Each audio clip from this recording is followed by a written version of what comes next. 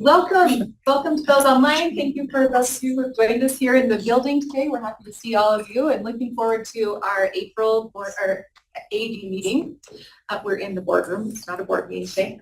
Thank you for joining us. We have a very full agenda today, lots to cover and lots that we're sure you will be interested to hear, and so we'll just jump right in.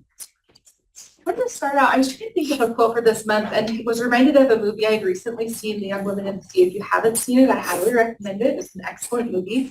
But it's the story of Gertrude or Trudy Etterly, and she was the first woman to swim the English Channel.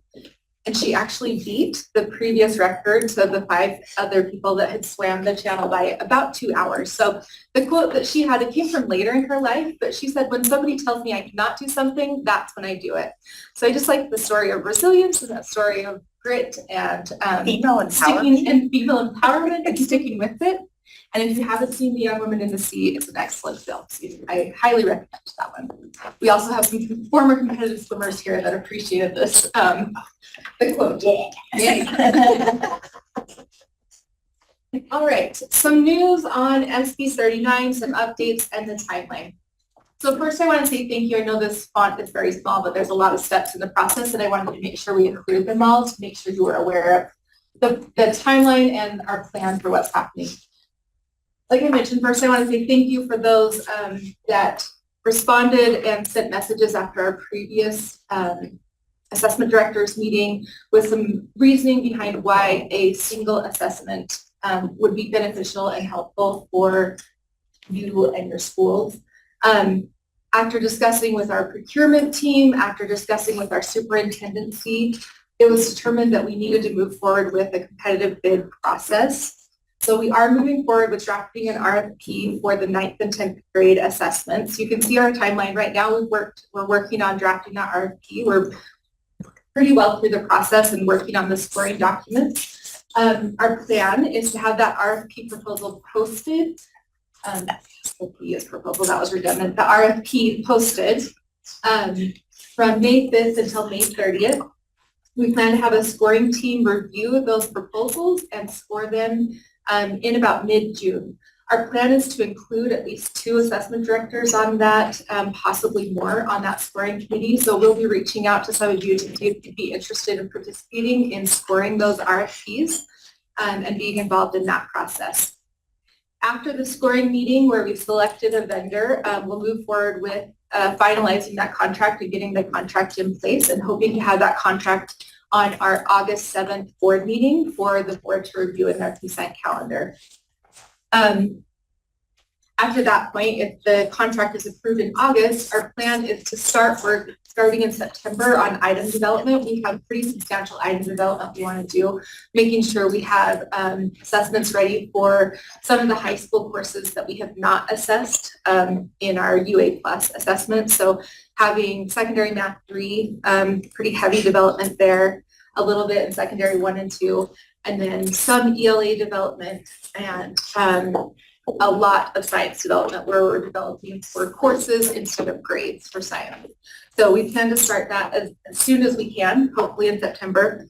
The plan then is that our, in the spring of 26, so next spring will be the final administration of the Utah Aspire Plus assessment. And then starting on July 1 of 2026, that new contract will officially start for the administration of the assessments. We likely won't have development ready for a fall administration of the high school tests that first fall of 26 into January, February of 27.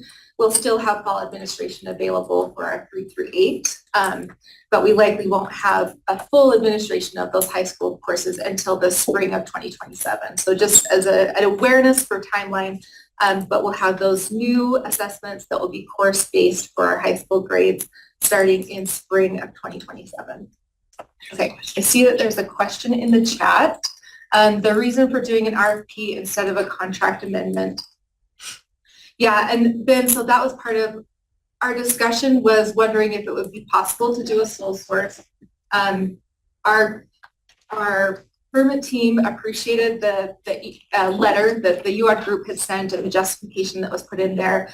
After discussion with our superintendency and following the process of competitive bid and what would happen. So if we went forward with the sole source and other vendors protested that and said we could actually administer this assessment, we would be put in the situation of going through a competitive bid process anyways.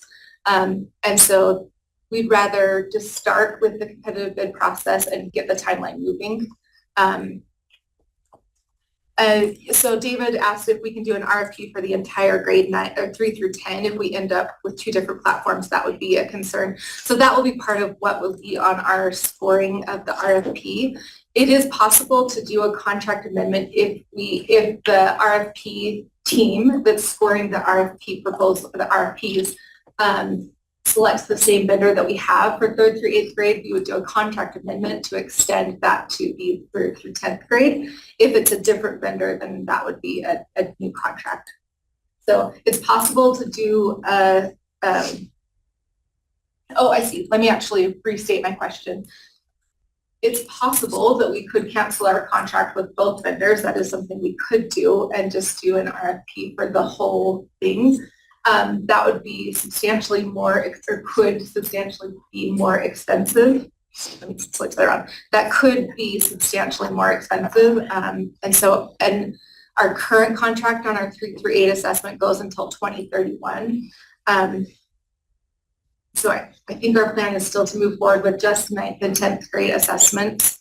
And it's possible to amend the contract if it's selected to have the same vendor. If it's a different vendor, then we would move forward with a new grade. So I know that's concerning, a priority for a single platform. Yes, we are aware and appreciate the reiteration. And again, I thank you for the letter that the UOD group sent, as well as other messages that other people sent, and stating their strong preference for a single vendor. And I think that will be apparent in the scoring. So as the people, we'll have people with USBE on the scoring committee. We'll also have assessment directors. We're also hoping to have an educator on the scoring committee. So understandable that this is disappointing and a lot of time. And hopefully we are hopeful that some of you will still be interested in voicing that disappointment by being a part of the scoring committee and being a part of that process that we are moving forward with. Yeah, thank you, Ben. I appreciate that is very disappointing. Thanks, Brian, for letting us know you'd be interested in that. The scoring committee, we're meeting in like the middle of June, and so I think our plan was to talk through with UOD people and possibly charter school people to see if we can get some representation from the assessment directors to be a part of that scoring committee. Let's see, the 9th and 10th grade assessment would likely be available spring of 27. Would it be available for those districts that are trimester finishing up courses in end of February? So yeah, Jeremy, I think that was the question about the fall administration. I don't think we'll have the development ready in time for like a November administration. Typically, when we have new assessments, we only do like starting in spring, which is typically March-ish is when the window opens. I don't think we would have something ready by the end of February, but as we move into having a specific vendor and move forward with our development, I think we can highlight that that would be a request from some of the places that have trimesters, and that end of course in February would be really helpful to have something earlier rather than later. So I think that could be a conversation that we have as soon as we locked down the actual vendor and contract. And remote testing in the RFP. Yeah, that is something that we've made sure to include in the proposal. We have that as part of our proposal to make sure that the vendor is prepared to administer remote testing from that beginning spring of 27. I know this is a disappointment, so I appreciate the comments and know that that's something that we don't take lightly in the decision of moving forward, and really did appreciate the voices and the feedback from before. But knowing that we likely would have ended up in this process anyways, we decided to save time. We would start with moving forward with the whole procurement. If you have other questions or think of other things as we're going through the slides, please don't hesitate to reach out. And yeah, we'll be reaching out to the UR group, the charter school people, to see who would be interested and available to participate in that RFP scoring committee.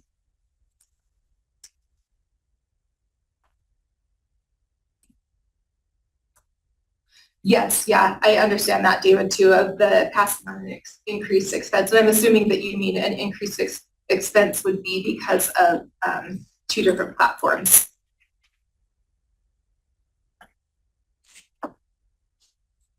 We'll wait to see that. Okay, any other questions? We'll keep monitoring the chat.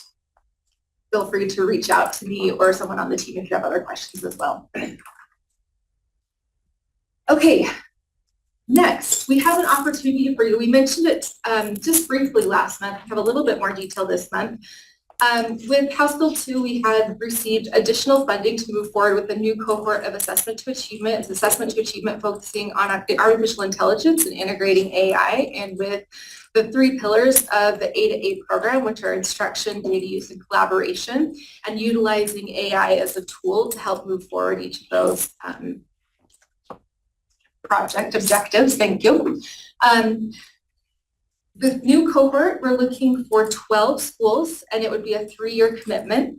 Our plan is to start in August of 2025 with administrators from the 12 schools, and we would meet with those administrators to talk through the program, how they would utilize the AI through those 3 pillars, and putting together a team of teacher leaders that they would like to participate in the A2A program over the next 3 years. So it would run from August of 25 through July or June of 28. If you're interested, you can see the QR code there or the bit.ly that takes you to that same interest form if you have a school that's interested. Remember, we only have 12 schools that we can commit to being in the program. So if you have questions, Lindsay Martinez is our partner at MGT, so her email is there that you can reach out to her. We'll also be hiring a full-time temporary employee at USBE to help facilitate and coach through the schools of the A2A AI program. So as soon as we have that job posted, we'll send that out to all of you as well. If you know of somebody that would be interested in being an A2A AI assessment specialist. Grade restrictions and what kind of schools we're hoping for. We don't necessarily have any grade restrictions. We've had elementary, middle, and high school participate in the past, and a mix of charter or district schools. So we don't necessarily have any restrictions on schools. It really is looking at a school that's interested in moving forward for 3 years of the project and has the team that's interested in incorporating these features of the pillars of the project in their school. Next. Yeah. So I would add that just like our regular assessment to achievement, it's fully funded, so it costs nothing. This is fully volunteer as well. So just make sure when you're sharing the information that everyone knows that, you know, any time out of the school, substitutes are covered. Off-contract time that people spend with the program, that's covered by stipends. And the only difference here is that there is an AI focus, and it's a 3-year commitment versus our typical 4 in our regular A2A program. Great. So if you're interested in that, we're hoping to have those schools narrowed down by late June. So June 20th is the deadline for committing to interest. And then we'll go through the process of selecting schools and making sure we've got people and notifying the people that will be involved, because the first meetings will be in August. And then bringing on the teacher team starting in January of 26. So if you have questions about that, you can reach out to myself. I'm happy to field questions, but also Lindsay Martinez. Okay, a couple of updates from our board meeting from this last month. Remember, with HB 42, that one is effective as of this July. It's the one that's emergency funds for schools that are experiencing a significant increase in their English learner population. There was a discussion, we started a new board rule, R277632. It was discussed in the finance meeting this April, and they are still planning on discussing getting the formula of what that would look like for the funds for those schools that are in that influx of students. So that will be continued to be discussed in the May Finance Committee meeting. So we'll keep moving forward with that one and let you know when that's been finalized and the formula has been determined for what that looks like for receiving funds if you're one of those schools.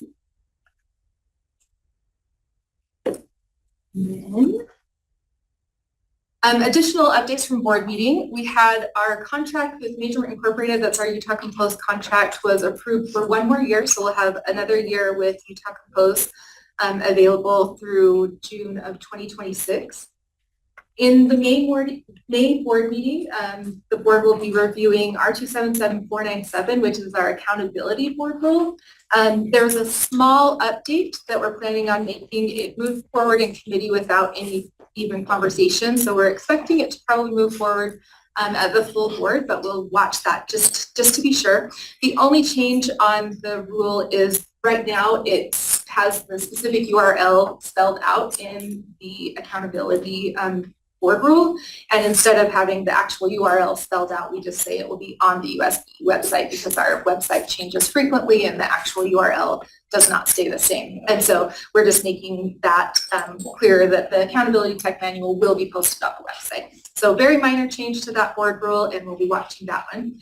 On the consent calendar, we also have our contract with the Center for Assessment, that is the center that Scott Marion and his group run and support us with any of our technical advisory committees and our assessment accountability policy advisory committee, and our support through all things technical with our assessments.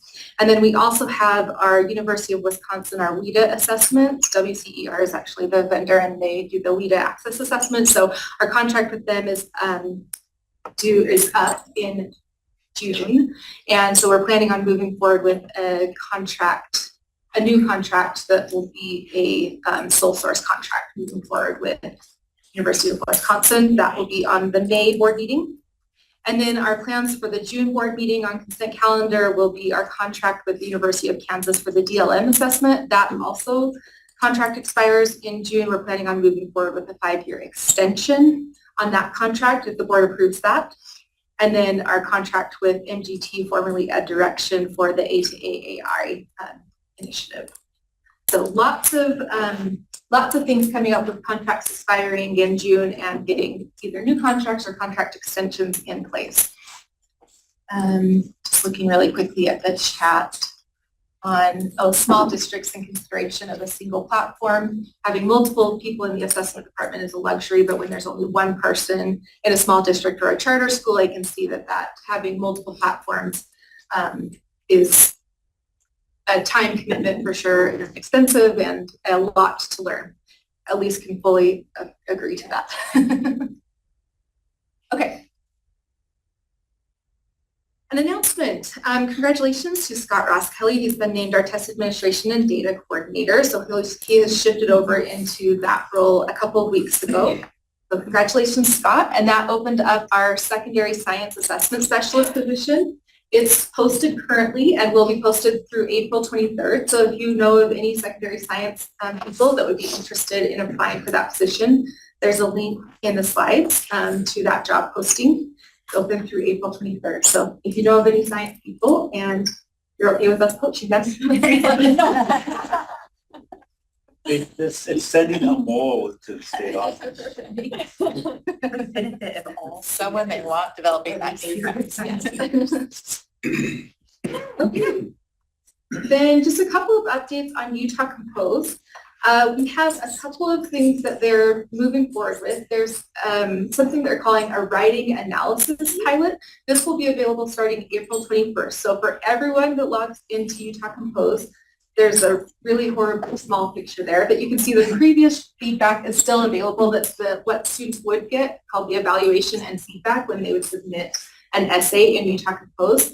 And in addition to that, they'll also have this new writing advisor that gives more specific feedback instead of just the bullet point from the evaluation and feedback. It gives a little bit more specific of, you could maybe include some more details in your introduction or some more specific feedback. It's also different depending on the grade. So the advice that the advisor gives to a 10th grade student is a little more sophisticated than they give to a 5th grade student. Then there's also a way for the student to rate, like, was this advice helpful or not? That's part of their pilot of trying to look at is this additional advice in helping writing helpful for the students in revising their writing. So that's available, will be available and turned on starting April 21st. And then we'll also have some new student experiences, just with the views of some of the reports that are available, what the student is seeing, the way that they are able to filter down. There's a PDF that has some of those new student experiences described, and those will start in the fall. So in the beginning of the school year of 25-26, the students will be able to see that new features and upgraded view of what they'll be able to see in Utah Compost. I think that's the end of my slides. I'll be monitoring the chat if there's other questions that come up, but feel free to reach out. We have Katie online. Oh, If she's not hanging She's on. there. oh, yes, and Katie, we see you online. Hold on just one second. We'll get your microphone to be able to work. Yeah, different Katie. Wow, it's like I'm One right here. Katie, too. Not my slide though. Be like, I don't know about this. Yeah, while we're getting Katie's microphone, the need for the RFP. So how, when we talked with our superintendency, when we talked with our procurement team, and the process for what would happen if we move forward with the sole source. If we move forward with sole source, we have to post that we're planning on moving forward with the sole source contract. And then people can dispute that if they feel like their company can meet the requirements that are in the code, the legislative code. And if it moves forward that they come to us, so they dispute the sole source, then we would have to meet with them and they would have to show to us that they could meet the requirements that are in code. And if they couldn't meet the requirements in code, then we would have to move forward with an RFP anyway. We felt like it's likely that any vendor that would dispute would likely be able to show that they could meet the requirements in code. And so we would likely be in an RFP process just months down the road. So our plan was to move forward with starting with the RFP, knowing that we would likely end up in that process anyway. Okay, Katie, thank you and welcome. Thank you for joining us. Katie's going to talk to us a little bit about the Teacher of the Year program. Thank you. Is someone driving? Can I drive? How will the slides work? I'm driving, so just tell me when to go to the next slide. Okay, that I shouldn't have put all of the animation. So apologies for everyone when I click now, click.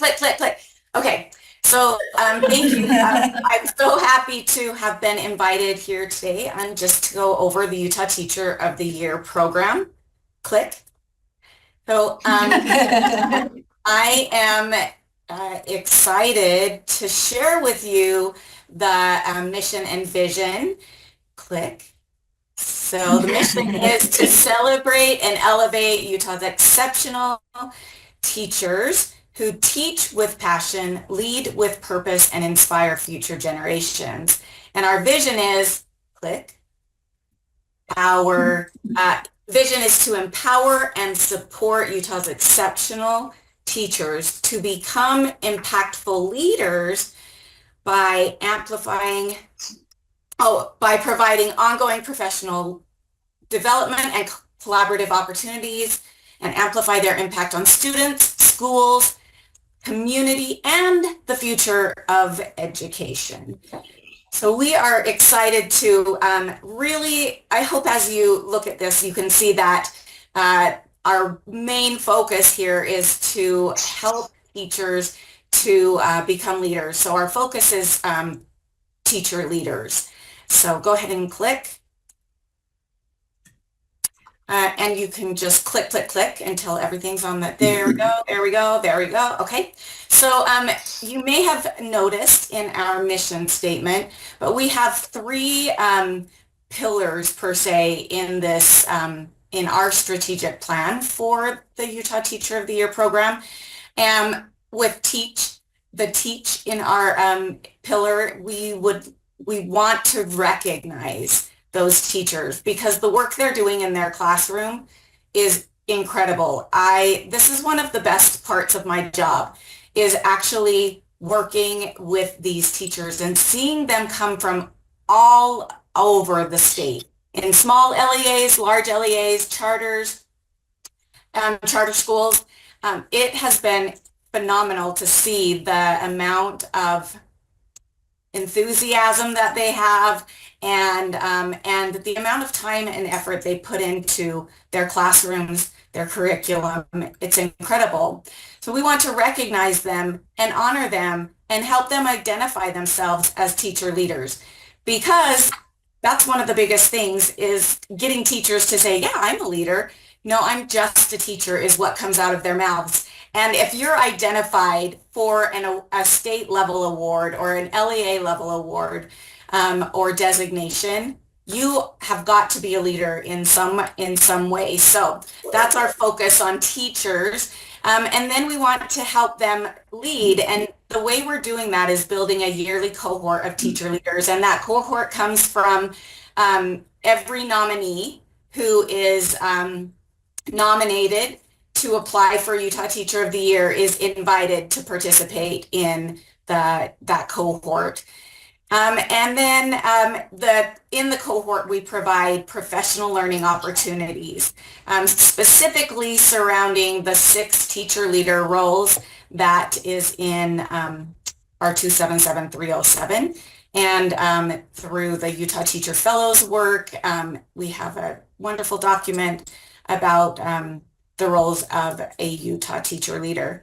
And then finally, we want this to spur them to inspire future generations and be an advocate for education. And we hope to partner with LEAs so that what their teacher leader is learning will go right back home to the LEAs.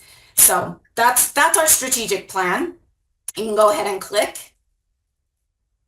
And you can click and click. 2 clicks, I think we'll get it all on there. Yep, thanks. So this big idea of the Utah Teacher Leader Cohort, we call them the TLC, is just that they will each get that professional growth. They actually will create their own plan for professional growth, and that plan is to be in correlation to their LEA's strategic plan and school improvement initiatives.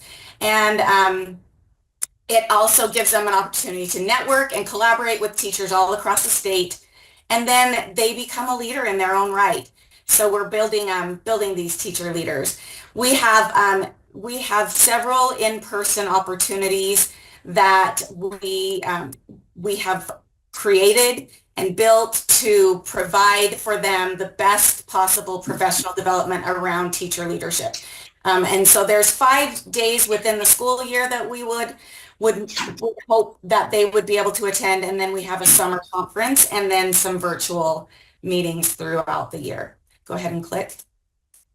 And you can click a whole bunch of times until there's all these boxes and words on the screen.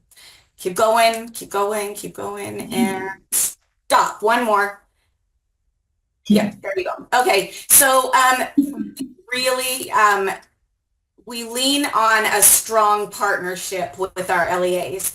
We hope that LEAs will see the benefits, such as that they are recognizing excellence, that people will know that they have a nominee or have designated a teacher leader for the Utah Teacher of the Year program, and that will be, people will be able to see that they recognize excellence in education. Also that they would be getting that teacher leadership development and enhancing the leadership capacity in their LEAs. They'll have this extra person who can support growth and excellence in the classroom and build a stronger educational community. And then we just, and in return, we hope, it's required, but we hope that the LEAs will commit to implementing the leadership plan that their teacher leader has created and providing for them an opportunity to develop professional learning and provide it within their within the LEA. And then we give you the opportunity to support them with travel and substitute costs. The USBE will provide hotel accommodations and things like that for those who will be traveling. But we would love that extra support for your teacher leader. Go ahead and click. And you can click. Yeah, let's just do one at a time on this one. So, oh, good. Look, you're so quick. So nominations opened on April 1st, and they will go until the end of May. LEA nominees must be currently teaching in a state-approved public school. So we are now accepting nominations for our 2026 Teacher of the Year. So that means they must be teaching next year. And then they must plan to continue teaching the following year. And the reason for this is that it's the following year that that they would apply for the National Teacher of the Year, which is an amazing experience just to be part of that cohort. So that makes them eligible for that. Go ahead and click to the next thing. So this is the ideal candidate. You guys know, I don't really need to even go through this list. You probably already can identify or think in your mind right now someone you know who deserves to be designated as a Utah Teacher of the Year nominee. Go ahead and click the next. All right, I want to make it clear that nominations do not have to be an LEA Teacher of the Year. If you don't have a program already or a system where you identify a candidate, that's okay. You can work with other leaders in your LEA, and you could consider other candidates. We've in the Teaching and Learning Department, we have had a whole bunch of state recognition through the arts program, through the health program with SHAPE. We have a driver's ed Teacher of the Year. Did you guys know that? Those teachers who have been identified to receive other state awards would probably meet all of these criteria, and you could consider nominating them or submitting their name for a nomination. So you don't have to have this big program, but we would love for you to be represented in the Utah Teacher of the Year program. Go ahead and click. So we just ask for your support in nominating a Teacher of the Year from your LEA. I will let you know that nominations must come from the superintendent, charter director, or another designated central office professional. So you're probably thinking, why are you presenting here to the assessment directors, right? Well, I want you to be aware of this, and I want you to encourage this participation in your LEA. You probably know exactly the right person to talk to about this. And I would love to encourage you to select someone and work with others in your district office or charter school to nominate someone. A nomination from your district can make a significant difference in recognizing and supporting outstanding educators. So this is the nomination link that's been sent to your charter directors and your superintendents. If they're not aware of it and haven't received it, you can share with them. You can click to the next slide. It's just a picture of me and saying thank you and reminding you. You can contact me at any time to learn more about the program. So thank you for having me. Thanks, Katie. We actually have a couple questions in the chat. Okay. The first one is, are public charter schools included in UTOY? Absolutely. In fact, I've had several people mention to me that, well, I'm not a charter school person, is never represented in the, finalists or whatever. And I have to tell you that I've looked back at the historical data, and we have about maybe a quarter of our nominations come from charter schools. I would love for every charter school, every charter organization to nominate a teacher of the year, especially providing them this amazing opportunity to participate in the teacher leader cohort. So yes, absolutely. And we know there's amazing things happening in our charter schools all over the state. So please, please, please nominate. Let's see, is there any other questions? There is one more. How many teachers are going to qualify? Are you thinking that you want a teacher for each ELA, the ELA, but I'm thinking LEA? You know, do you know what? Thank you for this question. My goal as the Utah Teacher of the Year coordinator would be to have a nomination from every single LEA. We have over 120 charters in Utah and almost 43 districts. So I would love to have 160 something teachers participating every year in this program. Consider the impact that could have in your LEA and across the state. So yes, absolutely. One teacher from each of our LEAs is how the program is set up.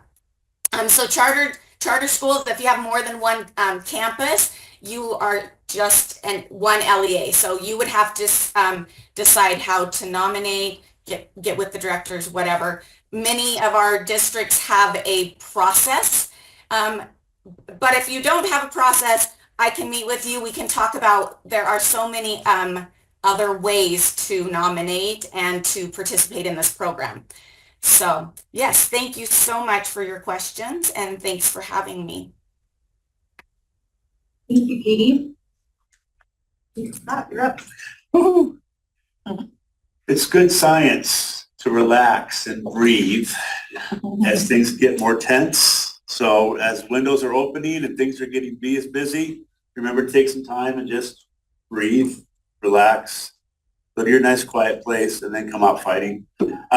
Test administration and data updates. This is new for me. I'm used to someone else doing this, but let's go on through this real quick. We're doing assessment observations. Some of you know, I'm looking forward to visiting your schools. Our first observations are next Monday and Tuesday. If anyone wants to see the surveys we use, they're on the assessment website. I'm happy to have you take a look at those. And I also am pre-sending ahead actual links to the surveys so you can do them online. And I've already sent those to the schools we're visiting next week. If you need them again, let me know. Going forward, next slide. Ooh, I clicked on it, it's not. it's not going. Here you go, Scott, you broke it. I broke it. First time in a new task and you broke it. It's not doing it. Oh. Uh-oh. I didn't do it, I swear. I'm just gonna open it on my, Oh, Zoom down again? I was wondering. no, it's not, I can still hear us. Okay. you can still hear us? It's not presenting anymore. Cool, well, I can go forward because I have this open on my computer anyway.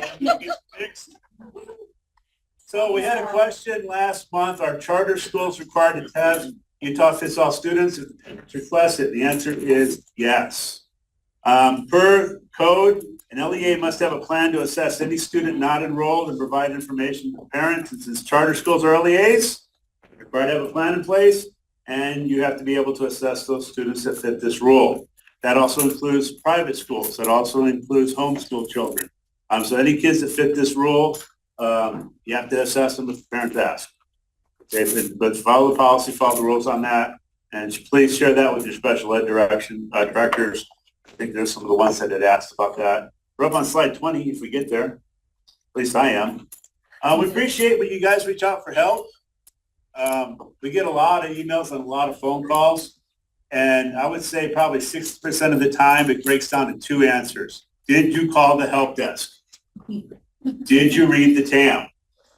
And Elise is wonderful at giving page numbers out for those. I mean, she hands out page numbers for that. We appreciate that, but it actually varies us quite a bit. So please ask your personnel to read those things beforehand. And if it's something that especially is happening during testing, we really need you to contact the help desk.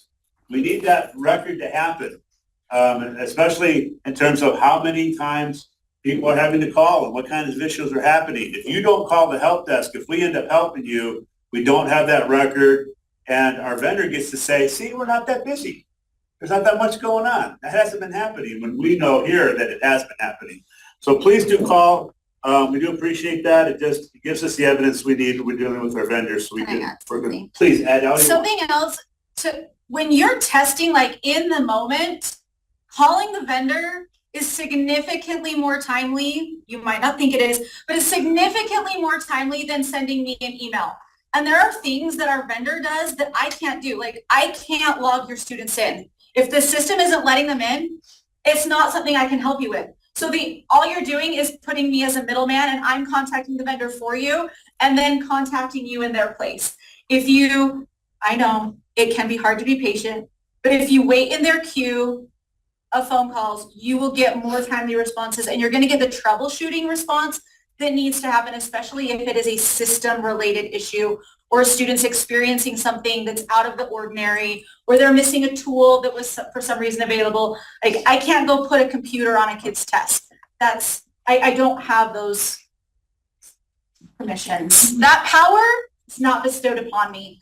So those types, it's better for you to reach out to the vendor anyway, because they can provide that assistance. If there's clarification you need from the TAM, or you're not sure about whether a participation code is appropriate or not, those are things that are far more appropriate to reach out to Scott and I for, because those are things that the vendor can't answer because it's more policy Utah related than vendor system related. What Elise said is absolutely right. I support that 100%. And just from my own personal experience, I've had a couple phone calls even with ACT where people want me to help them proctor the test or set up students, and I can't do that. As a state level user, I don't have any students to proctor a test with. So I never do that. It's at a different level up in the stratosphere where we don't get access to those things. And that's okay, but we're happy to help you where we need to. And so do still continue to reach out. Alert papers, thank you so much for taking care of those so quickly. We hate when those come in, but we're glad when they do. We know most of them are just bored kids who are just typing or being silly or, I don't know, stupid. That's what I used to tell my students, don't be stupid. If you say it like that, it's not as offensive, I hear. Maybe I'm wrong. Okay. I think I'm wrong. Let me know. But we have had some serious ones this year that have actually pulled students out of bad situations and saved some students' lives. And we're so grateful for that. And speaking from personal experience, we had a child in 7th grade trigger an alert paper. We had no clue that our son wanted to hurt himself. Mm-hmm. And so having that happen and getting that notice from the school was life-saving. And it's just so important. So please keep chasing those down. Please report back to us so we're not sitting there biting our fingernails wondering if some kid's hurt or not. But so appreciate you getting back with those on there. But stay vigilant and keep up the great work with that. We do appreciate it. I put up I don't know if you guys know this or not, there's a task calendar. I found this out with my new position. Wow. Here's the upcoming tasks for May, just in case you didn't look at the task calendar in a while, because it was my first time looking at it. And if some of these are off, it's my predecessor's fault. But I think they're pretty accurate in terms of things that are happening, especially finishing the summative test, entering the participation codes, and downloading those ISRs for the respective students in RISE and monitoring between PEEP and then Acadian's end of year testing. So keep monitoring that, keep up the great work. Just want to put those reminders there so they're, hey, next month is going to happen real quick. So here's our upcoming May, things that are happening. One of the reviews we do, and we do development, is bias and sensitivity. Our Secretary Sandra does a fantastic job finding people for that, but we're always looking for more people that can help with these reviews. And they do not necessarily have to be educators. It's sometimes helpful if they are, but they should at least be familiar with the demographic groups in Utah or Utah-specific sensitivity and controversial topics. And that way they offer this expertise on those topics. And we find out really interesting things that we as the developers don't know. Like I did not know that in our Native American populations, eclipses are a bad omen. We still have to teach eclipses. We still have to assess them. But they just asked us, please don't put a student in a situation where the question has them standing in the eclipse. We can do that, right? And we've done that. And so having that information was very helpful for us in development to be sensitive to that. while still assessing the standard to us fully and completely. People who participate get some reimbursement if they're educators, or can receive a stipend if they're off contract or they're not an educator. There's a survey link there. Please share that survey. We'll be watching that to see if we can get some more bias and sensitivity participants as we go forward with that kind of development. And then any questions or concerns, as always, reach out in email. If I don't know the answer, Test Administration and Data has some fantastic people that I get to turn to and ask the questions to them, and they get the answers right back to me quickly. So if I don't know the answer, I'll find it for you. Any questions, pop up in the chat because I turned up my Zoom. Someone, the best number for UA Plus at the help desk, they don't have one listed that they can find. Maureen answered that. Maureen answered it. Okay, That was it. Call Scott. cool. It's in the chat. Scott. I am not the Pearson help desk. Trust me. I've never even logged into Adam, so good luck. I haven't had to before. Sorry. Now I gotta buy apology donuts. I will take them. Okay. Awesome. Moving on to the next person. All right. We have some RISE ELA updates for you. Of course, our contact information on this slide. Email is always the quickest way to get in touch with us. So first, we just want to remind everyone, we have been getting a lot of emails about this. Reports are going to be delayed. As you know, we had to overhaul the ELA assessment for RISE. So that's RISE Reading Assessment grades 3 through 8 due to the standards revision. And because of the overhaul on the test, a lot changed, which we've been communicating those changes out for the past year.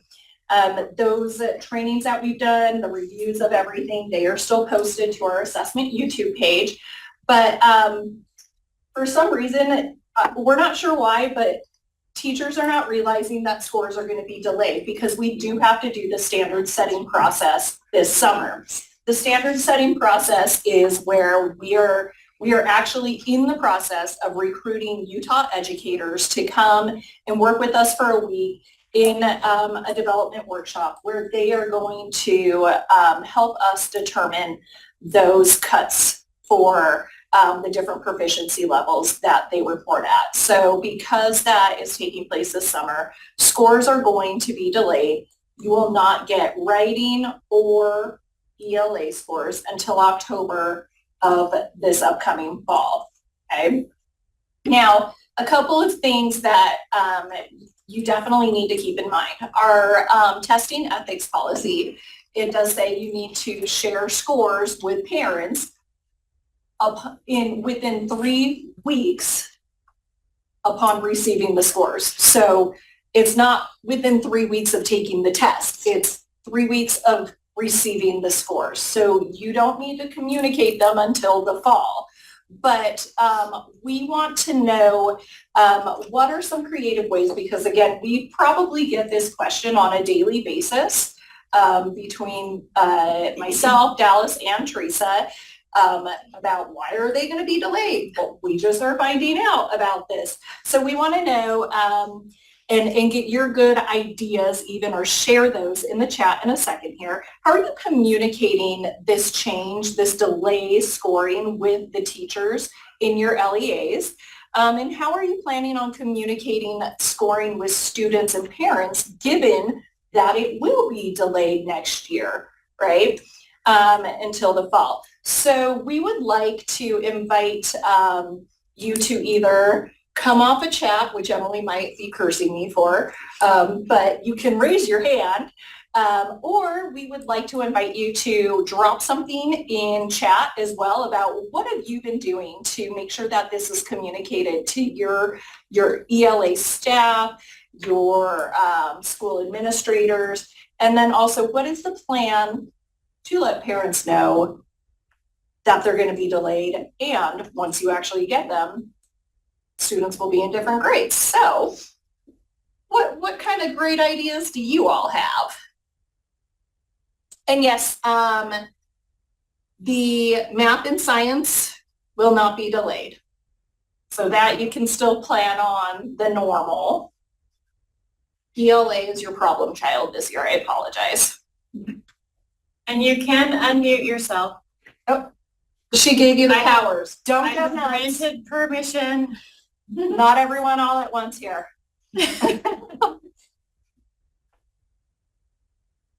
Megan, in our district, just saying that it's just the answer they don't want to hear that that's delayed. And so it's almost like they don't want to absorb it. They're so used to getting it automatically. And so it's just a reminder. And I've had that same consequence, and we've answered that email several times. It's like it's a new test. They need to vet it after everyone's tested to make sure that everything's good with the test. That's how a new test works. And I just keep sending that message out. So I just think it's, sometimes we don't want to hear something and be absorbed. Well, I'm hearing there's some denial, so we might need to walk some people through stages of grief. I love reports mean that much to everyone. I have to say to Christine, though, it's not that it's a new test, it's the new standard. Oh, new standards, Even yeah. in linking Yeah. them, because they might be thinking, wait, it's the same test, but if they have an understanding of the different Yeah, I standards. usually say it's based on the standards, but that's a new test because the standards were updated. And so, I love that. So consistency, helping them accept, they cannot change. accept what you cannot change. We have weekly family newsletters. You know, I would be curious if anyone would ever be willing to share those, to see what those communications look like. Are we delaying the entire student report? Just ELA. Just ELA. Because you're seeing math and science, you provide those within your 3 weeks window. Utah Aspire Plus It's not. is not delayed at all, so Yep. those ones should be even, those are available So May the- 25th. The overall full student score reports, like the big spreadsheets that LEAs get, will that be delayed? That's only UA plus. That's only Utah Aspire Plus 2. The test scores and events files are only Utah Aspire Plus. Okay, so Joan, hopefully that answers that. The ISR for UA plus that has everything in one. So UA plus, not delayed whatsoever. Correct. Okay, RISE has individual ISRs. RISE is individual ISRs per content area, and math and science are there and ready when they submit. so Joan, hopefully that helped answer your question. I'm not sure. I'll give you a couple seconds of good think time. I'm staring down some people in the room. I've gotten this question too, Megan. They're like, don't look at me. The one thing that actually helped when I answered the question to the educator that called me was I just informed them, because it's a new test, we don't know, we want to make sure we give a fair score. And until we go through this process, we could give a score, it just wouldn't be fair. It'd either be too high or too low. We would be lucky to hit it. So let's be fair and give the student the proper score. And they're like, well, that makes a lot more sense then. Well, that's it. That's the whole thing. We got to go through this process to make sure it's fair. I 100% agree with that. And I would also add that we don't have the opportunity to do standard setting often. And the standard setting really is reflective of our students at the time. And it's supposed to be representative of all students at that current moment. How did they perform on this test? And so it really is a true update to our expectations of our current students' performance on a test. Like I said, it takes an overhaul of a test for that to take place, so we don't get these opportunities often. Do we have an approximate timeline for SGP for maths and science versus ELA? We talked about that. So Brian, that's a really good question. I know with our data and statistics team, we talked about that timeline. I don't remember if we said those would be delayed. You know, Brittany, you're gonna respond. I'm pulling it up. Okay, yeah, we're pulling up our. Sorry. I'm like, I don't remember, but I know that we talked about it. think they said that they could work on those and have those in a similar timeline before they do the ELA, but I don't want to commit to that until we confirm. Because I'm not sure if it's something that they plan to do all at the same time, or if they plan to do that math and science first and get that reported on like the regular timeline. I know, like we mentioned in our previous AD memo about that delay with reporting and school report cards, and remember that the school report cards right now, we're hoping will be available for you all for the embargoed release in December, the mid-December-ish area. So you'll have that 2 weeks at least, plus it'll probably be a little bit more because of the holiday break for you all to review the school report card data. Should be going live to the public in January, sometime in January for you to be able to review that. We're near like nailing down with Erin the exact dates on that in a week or so. So watch for the exact dates, but that's our general timeline that you can be seeing the school report cards. As far as SGPs for math and science, Brittany. I don't see it on our timeline, so I will reach out to data statistics and then I'll put it in the chat. Okay, awesome. So yeah, Brian, that's a great question. We'll make sure we finalize that in our notes as well, so we can all be on the same page for expectations for SGPs for math and science. But just a reminder about full data gateway, school report card timelines will likely not be until when we actually get the school reports after the board. So the timeline again is that we have standard setting in August, the first week of August. Those recommendations for those proficiency cuts we present to our board in the September board meeting. If our board accepts those cuts, where those proficiency cuts will be for the ELA tests, then we send those back to Cambium. Cambium runs all those scores and the student responses against those cuts and gives us the final scores. That's why we're not getting those until October. And then we take those files in October and our data statistics team runs the SGPs and gets that all done and ready to go for December on the school report cards and then publicly in January. That's why that timeline is delayed. Math and science before August, if we could get them. Yeah, I think that was, we heard that hope from people is get us as much information as soon as possible. So I think that's something that I know that's why we had the conversation, so we'll confirm that that was a request from you all to get that information as soon as possible for the things that we do have scores on. Okay, well, so not getting a lot of responses. I'll throw out one idea. I'll challenge you here. Oh, here we go. You learn like this is sad. Just to build on the conversation we just had, I think that what's been effective, not perfect, in fact, the point made earlier, there's a lot of denial going on. So yeah, reiterating that message throughout it, providing some differentiated approaches and understanding different stakeholders' interest in the delay. So where the teachers, we found, they have more of that immediate need. We want our students to have access to the scores. We've been building up their interest in setting goals and having that degree of agency there. So providing a message that principals can hand to the teachers that is specific to their needs. Talking principals, they, at the surface level, they're sharing that they are concerned about the delay in scoring, but pulling back the layer a little bit, they're actually more interested in subsequent delays in accountability. So just ensuring the messaging that goes to the principals is specific to their needs, and then they have a different message that they can then share with the teachers. Has helped a little bit, but they still need the reminders as well. Yeah, I think that's very smart insight to target your communications to the different stakeholder groups and really be intentional about what are the implications, right? How is this delay in scoring going to affect you and your responsibilities, right?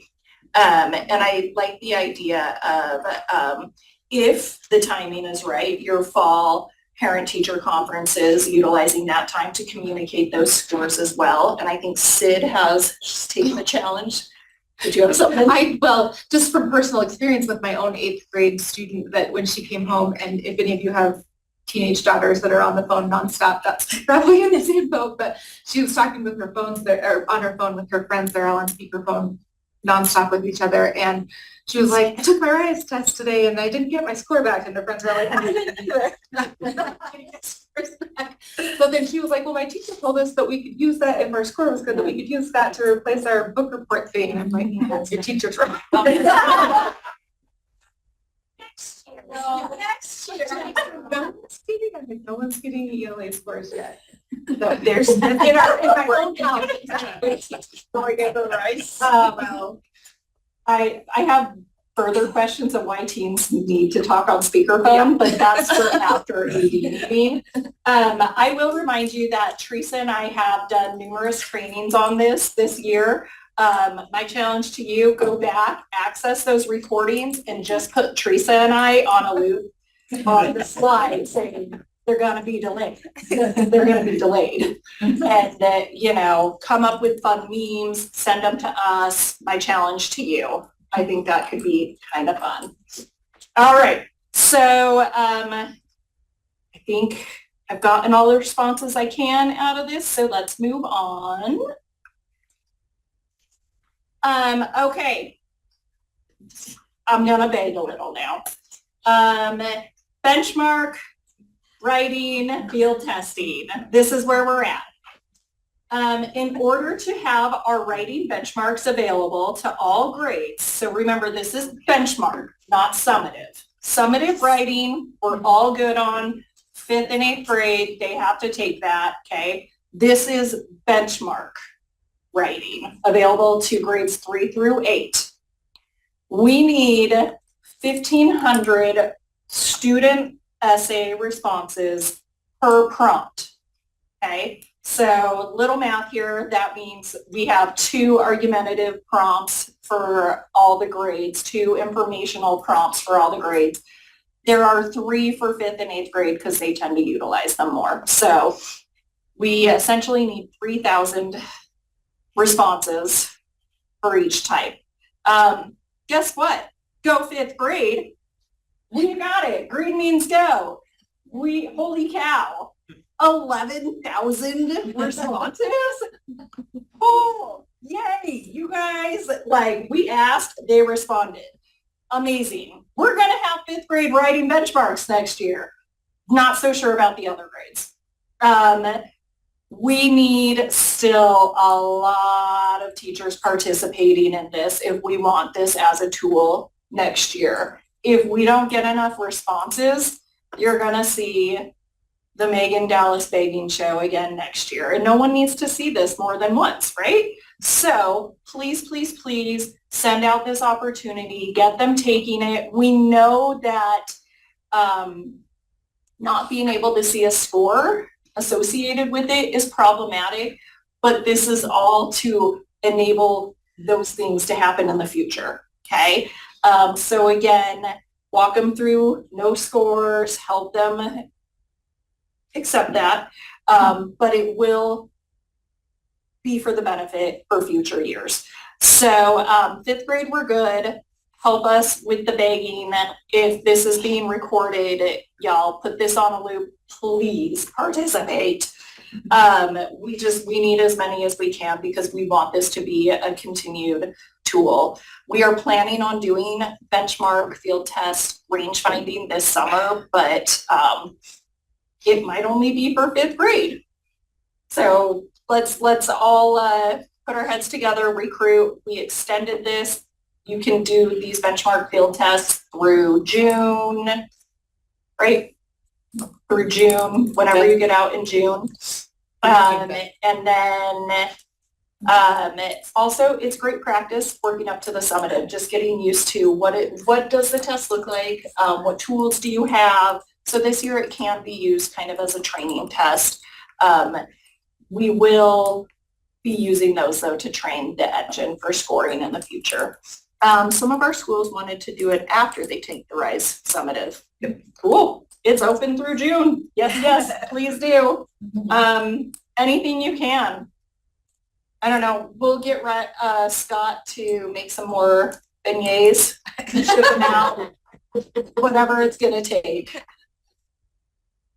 Yeah? Yeah, He gave thumbs up. not hard. This is is why y'all need to come in person, because we always have apology food. And baby food. Okay, next, Dallas and I wanted to take some time to just familiarize our ADs or introduce you to the different item types. Part of internal audits and feedback that we've gotten from all of our assessment stakeholders is that we really need to be offering more development opportunities, informational and learning opportunities. So one of the asks that came out of that was really making sure that everyone's familiar with item types on the different assessments. So we are going to be starting to answer the call in the needs that were identified for all of our different stakeholders. And we are going to be starting with our RISE item types for ELA and math. On this slide is links to the item type tutorials and then also the training tests. There are some updates to those item type tutorials taking place right now. So if not everything is reflective of what we say today, give it about 48 hours. So we wanted to just do a quick review of the different item types that students will encounter. And I'm also going to invite my colleague Jessica to also make a really important point of why we do want to go over these item types as well.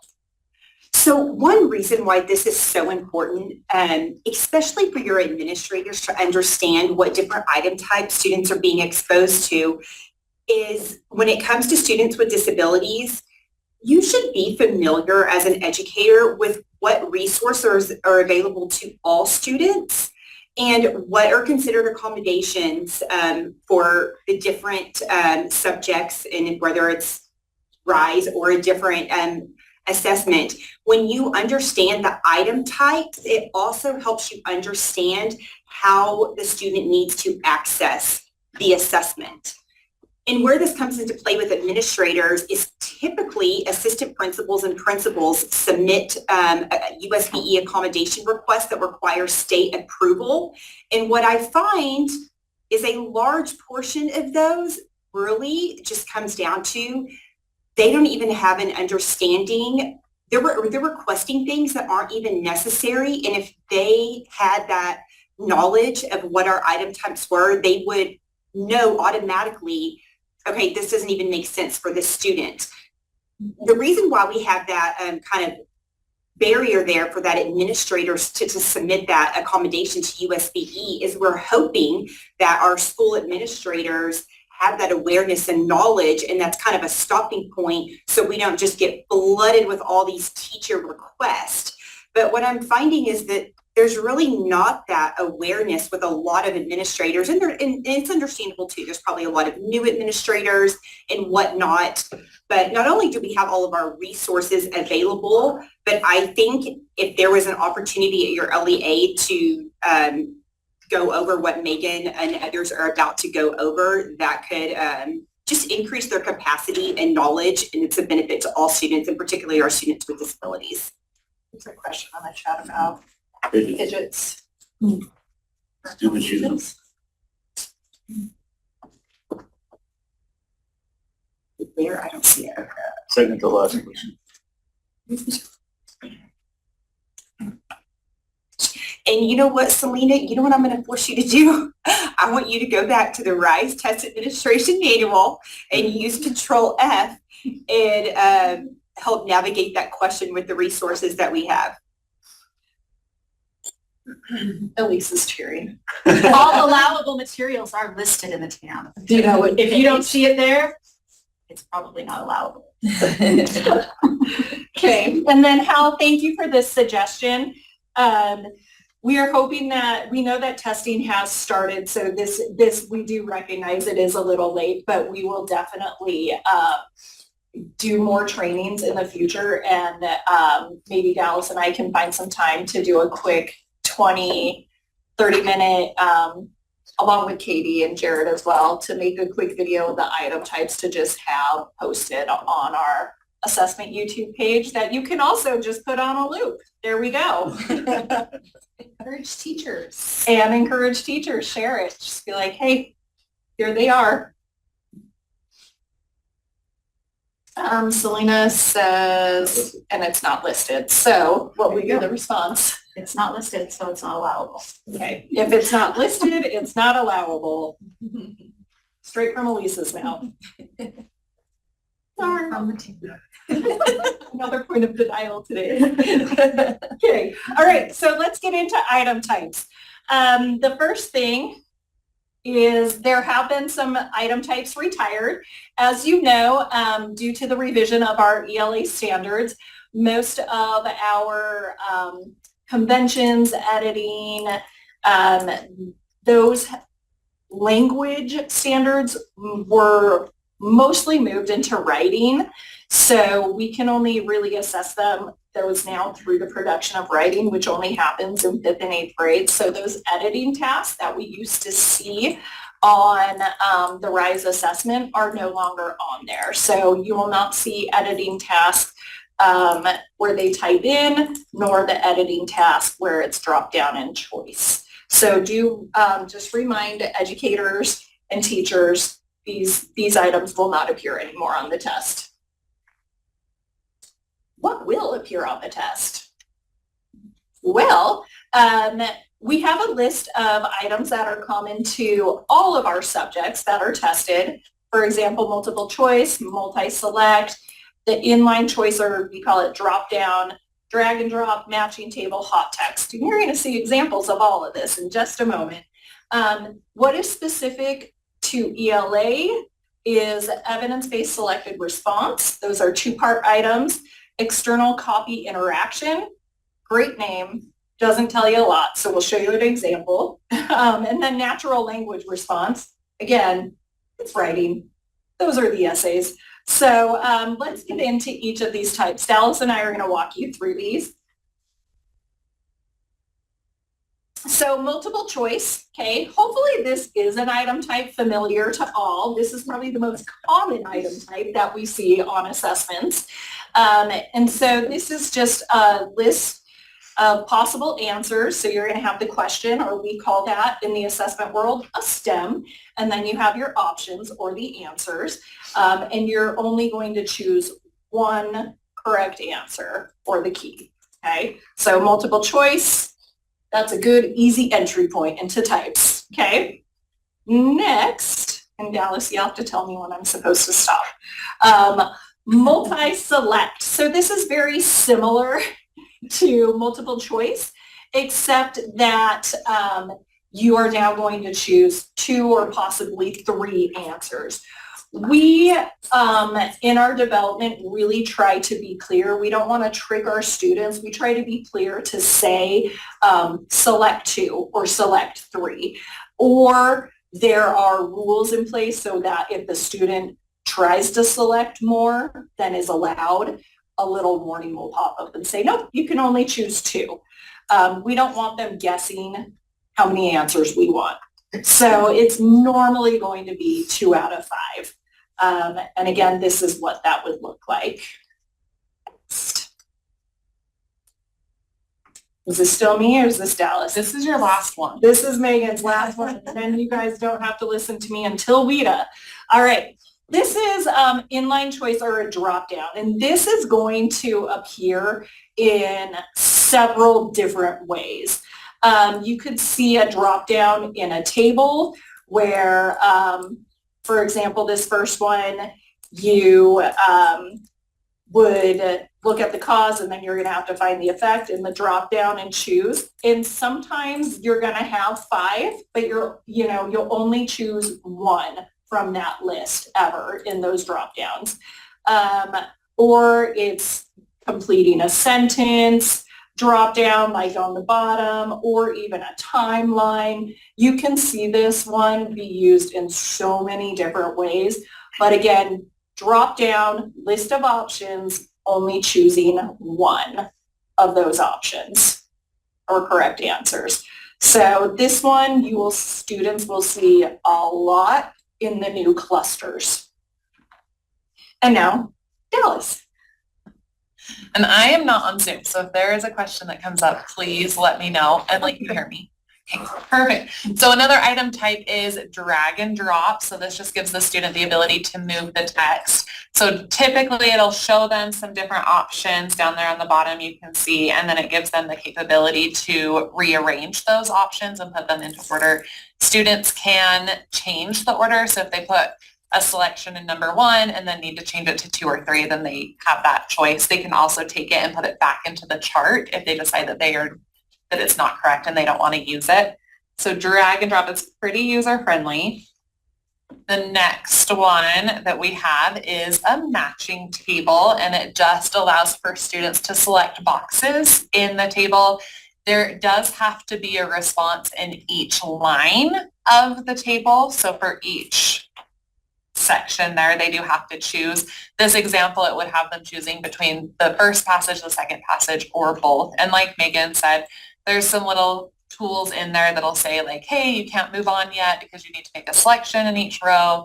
So it helps students to know if they have completely answered the question or not. Can I add on to that too? for Please. Math, which I assume will be the same for ELA. If there's only supposed to be one answer for each category, it will not allow the student to accidentally click 2 boxes for the same answer. Yep. So it'll remove the first one and put it in the second one if they try to do that. And like Megan said, we're not trying to trick students at all. So it will typically give directions of if there is more than one choice for each line. So, our next one is hot text. So this allows the students to highlight specific words or phrases in the text. So it will give them a prompt of what they need to do, shows them the piece of the text. Each piece that can be chosen can kind of highlight. So on this example, it has the purplish pink, and that would be the student's choice. But if the student had hovered over it first, it would have kind of highlighted a light blue. So it shows them which sections are allowed to be picked. And our next item type is evidence-based selected responses, or EBSR. This is a multi-part question that relates the accompanying passage that's shown on the left. All parts have to be answered before they proceed to the next question. So you can see there's a part A, and then there's a part B that follows up from part A. I would add to this one, you can see an EBSR in several formats. It might just be 2 multiple choice. It might be a multiple choice multi-select. It could be a multiple choice and a hot text. Yep. So it will come in a few different formats, but it will always just be 2 parts. Integrating all of our different item types. Our next one is our real fancy one that Megan pointed out earlier, our external copy interaction, or ECI. This allows students, they click on the little pencil that's down there, the little pen or the pencil. So they click on that, and then that allows them to select evidence from the text that is provided. So again, you can kind of see the highlighting on this a little bit more. The darker green would be what the student had actually selected, whereas the lighter green are different choices. And as soon as the student hovers over that text, it pops it out a little bit more so the student can see from which word to which word they're actually choosing on there. And so I think the big part with this one is teaching students through the training test that they have to actually click on that little pencil first, and then it will give them the option to choose within the text. And once they actually click on it, that text is copied over. Mm-hmm. The only copy, like accurate part of that title, it'll copy it over. Copy. Okay, and then we have our writing responses. So this is a natural language response, and this is a text box. It allows students to type in their own answers. It allows them to format differently. It's basically just a tool to do an essay. They have free type here. And again, this is only seen on the writing assessment. So this will not be on the reading assessment at all, only the writing. And then, exciting, every student that is in grades 3 through 8 will see a cluster on the reading test this year. They will see one cluster. The cluster allows for multiple types of items to be seen. So they will see a large variety of those item types that we went over on the cluster. So it can be multiple choice with ECI, with EBSR, with multi-select. They're going to see lots of different item types on that one cluster. But we're excited that each student will get to see one of those this year on their reading assessment. One thing on this particular slide where you're gonna see quotation, choose one. Anytime a student sees something that says choose one, that is choose your own adventure. It's not gonna be a wrong answer.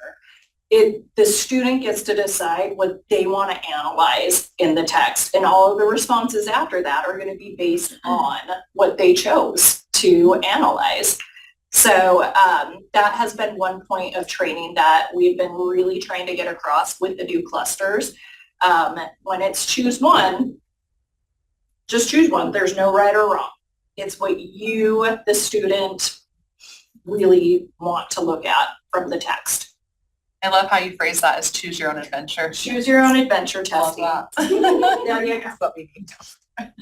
So those are our item types for the ELA assessments. If you have any questions, please feel free to reach out to me or Megan. Our contacts are listed on the next slide. I think we have a couple more, oh yeah, never mind, we don't. Cut her off. Let's do math and then let's do the breakout.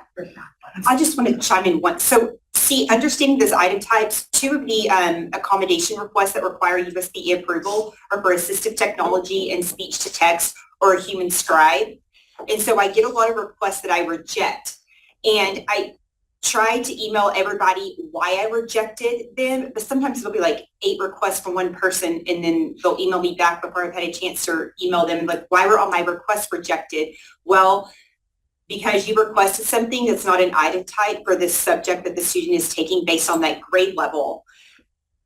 But administrators need to understand what is the accessibility options the student needs. So when it comes to speech to text and human scribe, if a student is just using speech to text because they, have an SLD in written expressions, they have difficulty with longer writing requirements, that's a common reason to use speech to text, and that's only applicable now to our writing assessments. But that same request could be a case for a student who has a physical impairment in which they really have difficulty using their hands or they're paralyzed and they cannot use their hands. And so that student might need a scribe to help navigate those item types because they don't have the physical ability for those drag and drops. So that is the purpose of that stop point of those administrators, to understand the needs of the student and what they are actually requesting. Okay. All right, I'm going to continue the bandwagon of item types here for math. Some of these are going to overlap, so we tried to avoid having to sit through multiple choice and multi-select and all the things again. You'll see on this slide all the selected response types for math are the same ones that show up in ELA. So we're not going to go through those, but we will go through the constructed response item types. So we've got the equation or EQ, table items, and grid items. And you'll see there's links here for the item type tutorials and training tests as well. As Megan mentioned, the item type tutorials are being updated right now. So some of the newer math items that Jared and I talk about in just a moment might not be on there quite yet, but they're working on it at CAI. The training tests, however, have all of these item types incorporated. So that is your place to go to make sure students are prepared with interacting with these. Go on to the next slide. Okay, so starting with our equation interaction, this is your typical just open box, free response kind of interaction for math. You'll see here, I'm going to point out something specific because this is a very common question, especially for our upper grades that are using variables. If we're asking you to enter an answer that has a variable in it, you'll notice the keypad here is customized so that only the variable you should be using will show up as an option. So in this case, we want something in terms of V. V is the only variable that's accessible in the keypad. Even if a student were to type on their own keypad, it won't let them put any other letter than a V in their response here. So we can't accidentally put a wrong letter for an answer like that. Otherwise, it's a numerical response. or you might have a combination of symbols if we're asking for addition, subtraction, or any other operations involved. Okay, go to the next one. Here's our table item, which is also in some of the other content areas. However, for math, a table item is strictly numerical. So you'll see in this two-way table, we're just completing the values that need to go into the blanks. The keypad, again, for RISE is customized so that a student cannot type a letter accidentally to go into these spaces. So only numerical values can be input here. On to the next. This is a drag and drop item. This is considered a grid item for math. Our grid item label kind of applies to a lot of different interactions that we'll show you today. Drag and drop is one of those. So kind of self-explanatory where you're going to see values or you might see words depending on the problem or the item that you need to categorize when it comes to drag and drop or order in a certain way depending on what the STEM tells you. Okay, on to the next. Another grid item for us that we call a hotspot. These are new this year. They've also been in our training tests. Actually, I wonder if they were on last year. Do you remember, Jared? Were these on last year? I think they were. Yeah, these are fairly new. The hotspot items, basically, you just have to click on the diagram or somewhere where you need to make an alteration to the diagram. So in this particular case, we've got the terrarium that we're filling. The student just needs to click to the level where they want to fill it with soil. We have similar items to that where they just click on it to make adjustments to the picture. Next slide. This is one of our newer items as well for graphing inequalities. You'll see on the bottom here, if we're going to do an inequality on a number line, the student does need to choose first what type of circle, just for the sake of simplicity, what kind of circle they want, open or closed, and which direction they need the shading to go. So they have their 4 options down at the bottom. They select that. Once that is on the number line, then it defaults to 0 as its placement, and then the student drags that circle to whatever value they need the circle to be on. And they can remove it. There's that little remove button if they made a mistake and need to use one of the different options as well. So really nice handy tool there for our inequality graphing. On the next. And this was probably the most exciting one the teachers were hearing from us was the coordinate plane graphing. For our secondary students especially, you'll see I've got the previous and the new tool next to each other. The reason we're putting both here is because they are both on the assessment. We are not updating all the existing items to the new graphing tool. So both are possibilities to see. But the previous graphing tool, you had to use the add arrow or add point or connect line buttons that were provided above the graph in order to create your line. And you'll see on the previous graphing tool that the line that's created starts and ends within the 2 point values that the student put on, which I know was a point of frustration, especially if we're graphing more than one line on the same coordinate plane. So enter new graphing tool. You'll see the student just clicks on 2 ordered pairs. The line automatically is created to connect those, and it will go beyond those 2 points that were clicked. So we can see the continuous line on the graph. I'm just seeing in the chat, can we use these slides to help train teachers and students? Yes, please do. Can someone drop the math item tutorial link here, please? I can't click on it. Yeah, we'll put, so Karen, the math item tutorial link is actually the same as the ELA. All of the tutorial links go to the same page for the RISE resources. So you'll see all subject areas with that one link, but we'll drop it again. The subtext is saying that both graphing tools will appear on the test. Yes, that's what that says, David.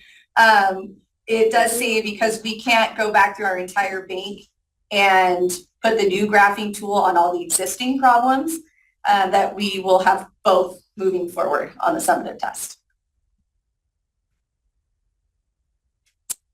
And I think that was all that I'm seeing in the chat. If we want to go on to the next one, and that's Jared. Okay, yeah, so what I'm going to bring up is mostly with elementary level. And they're not item types, but they're things that you might see within a question. So the first one is this fraction model. So obviously when there's a question about fractions, this allows students to then model what that fraction might look like. So you can see they can select how many shapes. So I could select, when writing the test question, it's going to have certain restrictions. It's not going to go up so that they can have 100 different shapes. It's going to restrict it within a certain number, but students can select how many shapes they want and then how many parts of those shapes. And then they can reset, and you can see that. And then the note on this slide. So you're seeing squares or rectangles, but these could also appear as circles depending on how the item is written. Next slide. Another tool that we've updated or redesigned is the number line. So similar to what Katie mentioned about the graphing, this just makes it easier as far as clicking and moving the point around. So it's going to look this way. It's also going to be similar to what Katie said as far as if there are questions with the old design, we're not going back to those questions and updating everything. Just from here on out, this is the design that will be used. Next slide. And here's an example, again, of just plotting points. You can see the old version versus the new. So you're aware, we're really excited about the ease of the new, but that old is still there and it is included in the training test. So make sure students are familiar with both, because that old version is a little tricky to click the add point and then add the points and so on. Next slide. And then here's the line plot. Sometimes this is looked, you maybe have seen it with dots or with X's that go above the number line. Here's just, it's another version that supposed to be a little cleaner in the design and a little easier to use. Next. And then there's our contact information. Okay, before we jump into science, if there's other questions on math, go ahead and throw those in the chat or come off with mute. But let's go ahead. I think we are all ready for a break. That's a lot of information so far, and we have a lot more to go through. So let's do a 10 minutes and a 10-minute break. So let's come back at 10:43. Ooh, mic's on. Next slide. All right. We're back. Science item types. We steal everything from everybody except for the writing one, which I wish we could steal. We would love to have writing on the science test, especially when students are supposed to communicate information to us. You can have it. I want it bad in every grade, but something about money, blah, blah, blah, can't afford it, blah, blah, blah. So, but we steal everything else. So let's go on to the next slide, because it shows like everything else except one. We even steal the EBSRs. We use those on our science tests too. We love them. They come in really handy. But the one thing we have that's a little different that no one's been able to pull off yet in the other areas is the simulations. And those come in really handy, especially thanks to our wonderful vendor who helps us write these, because students get multiple results on this and multiple pathways in which to get correct answers. And we absolutely love that about this test, is that a student can pick their adventure or what they're going to investigate or what they're going to design on our engineering ones, and it's a lot of fun. We get a lot of common errors with the simulation, so I want to cover those really quick, the important things for these on the next slide. This is one of our simulations from the training test. Kids have to take and build a simulation to determine what components affect sound volume in the speaker. It's not just the speaker. There's different components in that speaker that can affect how good that speaker is. And if you're building that speaker for your car or you're building it for an amphitheater, it's going to determine what those things need to be, right? And so they get up to 8 trials. They get to run these different simulations and determine the parameters that help change the sound volume in the final product as they do this engineering type experiment. So there's some rules and some things you need to do with this. The number one sounds like it's intuitive, sounds like it's easy. It's one of the biggest problems. Next slide, please. Number one, read the prompt. Please read the prompt. If that doesn't work, try reading the prompt, because people just are not really reading those. And I will admit, I have had times when I'm going through the new ones, when I run the test and I go, that didn't work, and I go back and I read the prompt and go, oh yeah, that's why that didn't work. And so even we make those mistakes as adults, and that's okay. You have to read the prompt, use the controls. They're usually on the left side, but it moves around depending on what they're actually doing or designing. But they're clearly labeled. You make your selections, you click the options that you want, click the little green start button that starts the simulation, and your choices and results are shown on the table. And if you make a mistake, 95% of the time you can hit the little trash can at the end and delete it and start over. We do have a couple, and this creates some consternation among some of our teachers who don't understand it, where there is not a trash can. We tell the students specifically, once you hit start, you can only run one test. You cannot delete it. We tell them that. That's why we say read the prompt.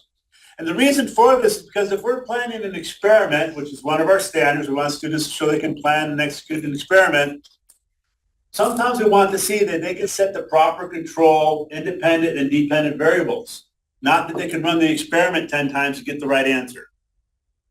And so we let our educators who write these tell us whether or not we should have the trash can. They're the ones that make that decision. And it has to do with what we're trying to elicit from the student, right? If we're trying to find out that they can pick the proper variables, then that's what the simulation is doing for them. It's showing us that they can do that. And if they can keep deleting that, that just means they notice that their answer came out wrong in the experiment. They want to go back and fix it. But we want to see the first time that they can do it.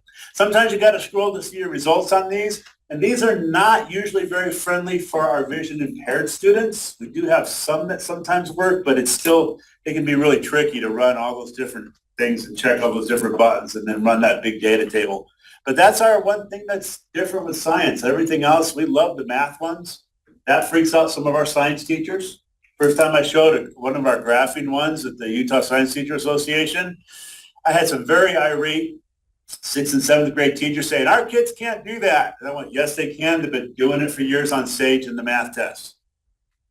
And if they're thinking mathematically in science, they better be able to do the math items right. Our teachers couldn't do it.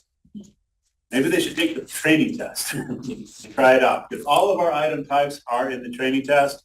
We've had some people ask us to break up the training test into the individual clusters, so maybe they can just pick one cluster and work at it. We're kind of thinking and talking about that, but one of the problems is we want kids to experience all of the item types on this. I can see the lure of wanting to break it up into pieces, but I'm really afraid that kids will not get exposure to all those item types unless they actually sit down and work through it. And so one thing you can do is say, just click all the weird answers you want on the first cluster. Let's go to the second one. Let's not worry about how that one scores. Our training test for science has a nice little ability. Once the kids click one answer, they can actually click a little options that score the item, and it can bring up the scoring assertions. The kids can actually see how it is scored in the background. You normally can't see on the summative. And that comes in really handy because a lot of kids don't realize that, yeah, you might get the first one wrong, and I think every subsequent answer is going to be wrong because of that. But we've got it built into our scoring assertions that they do pick a wrong answer.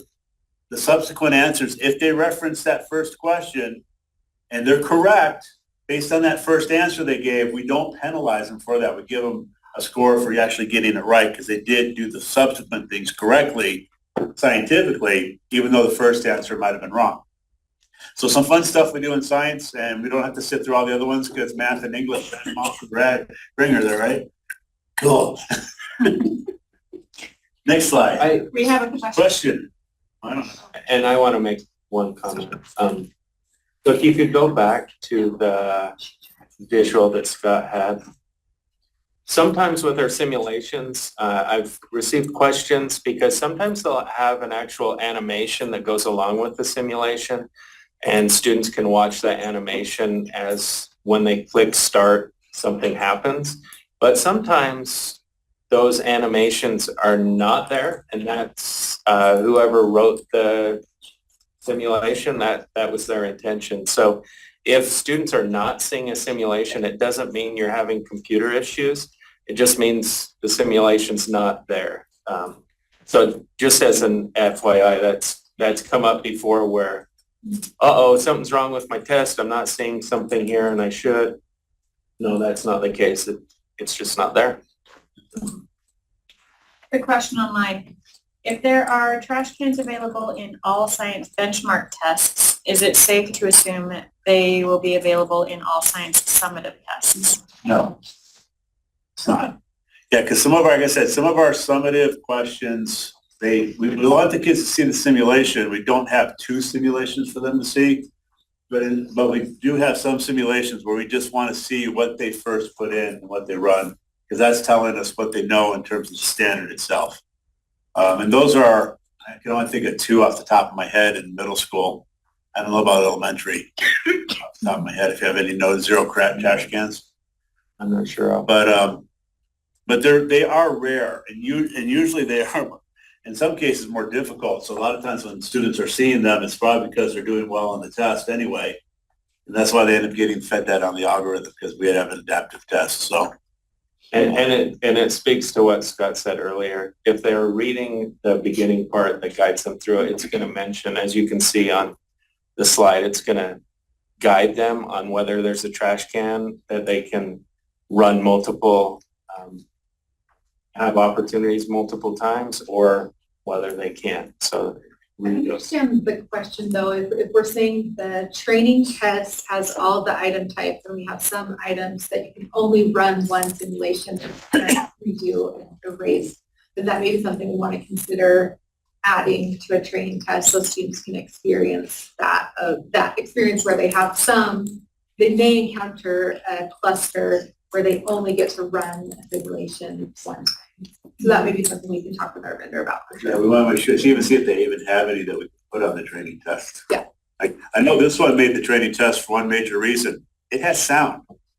And sound creates, we pulled it onto the training test because for our audio or hearing impaired students, they can't hear the sound when the speaker plays.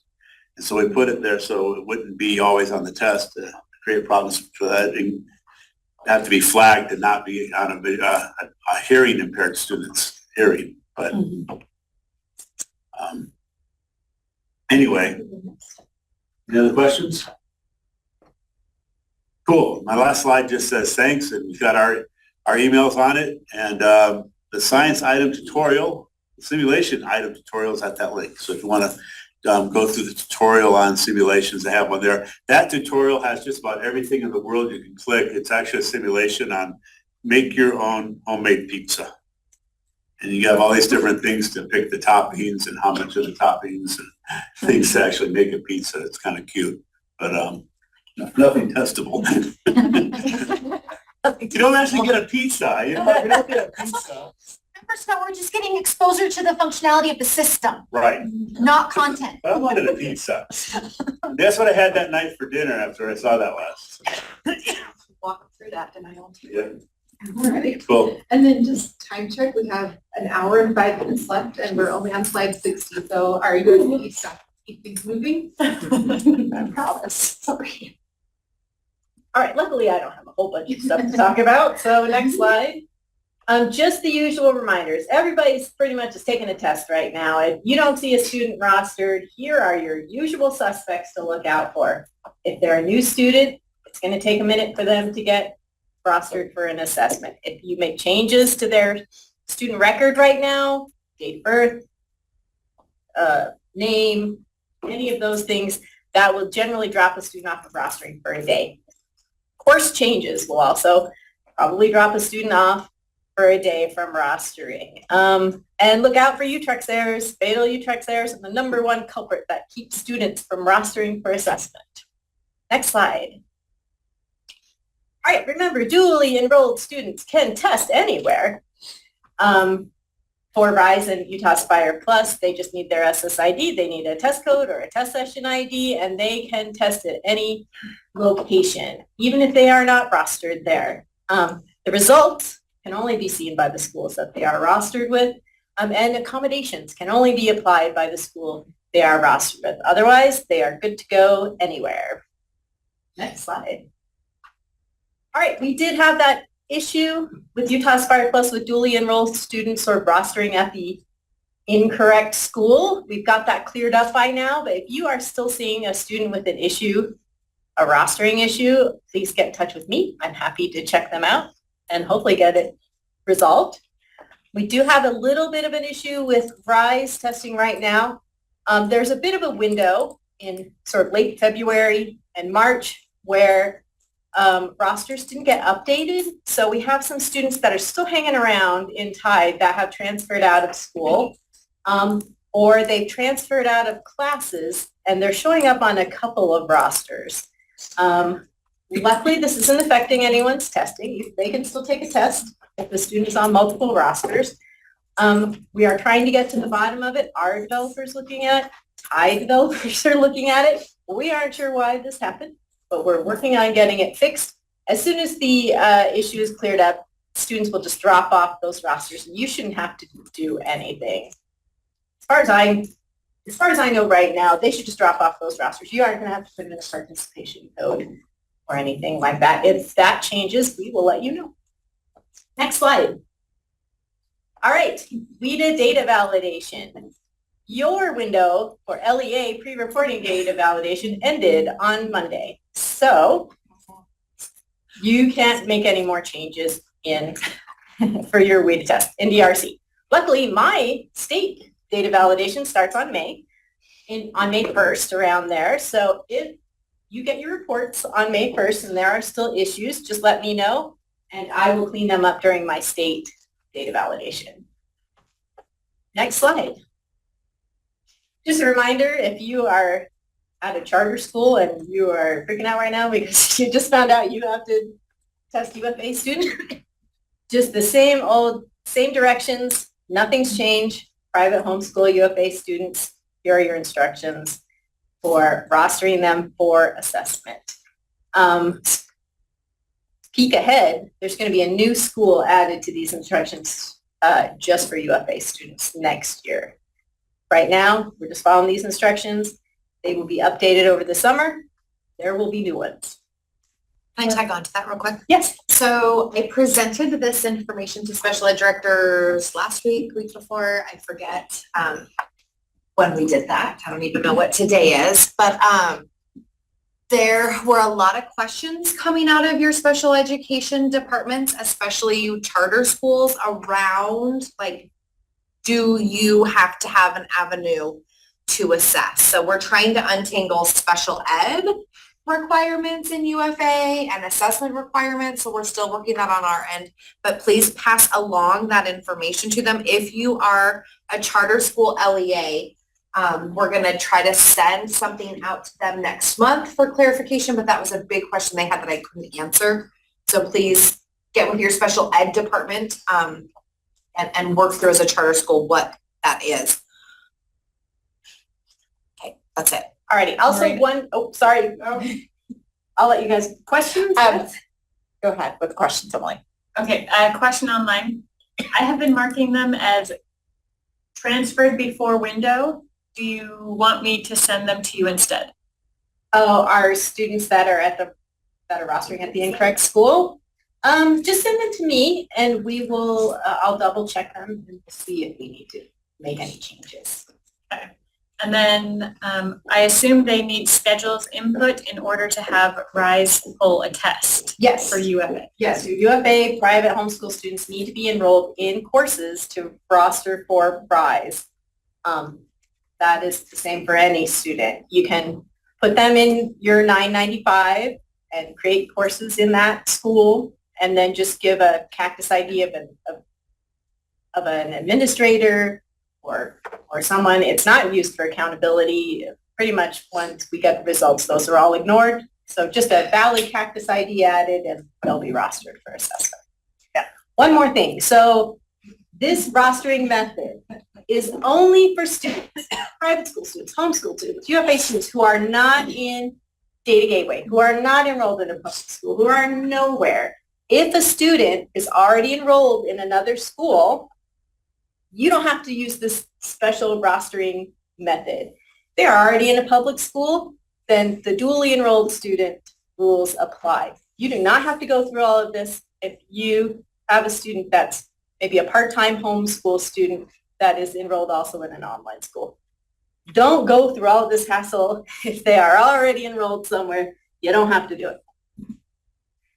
All right, I was just gonna add, Yes. I've had a couple of parents reach out with concern that their child is being enrolled, that's going to eliminate their UFA scholarship because of that. So please communicate with those parents that they're being enrolled in a special, like, school code that does not impact their eligibility for the Utah Fits All scholarship. Yes, they are considered, they are in a special category, and this form of rostering where you enroll, this form of enrolling students will not jeopardize their funds, Yes. scholarship. It's been checked a million times. Yeah, I just promise. communicate that with them so that parents aren't concerned about that. Yes, it will not jeopardize their funds at all.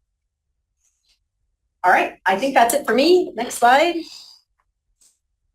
Here are your resources, your core code lists, your rostering manual, the student rostering, private homeschool, UFA student rostering. Click on these links to find any sort of help you might need. Next slide. Of course, you can always email me if you have a question. I'm here for you. That's it for rostering.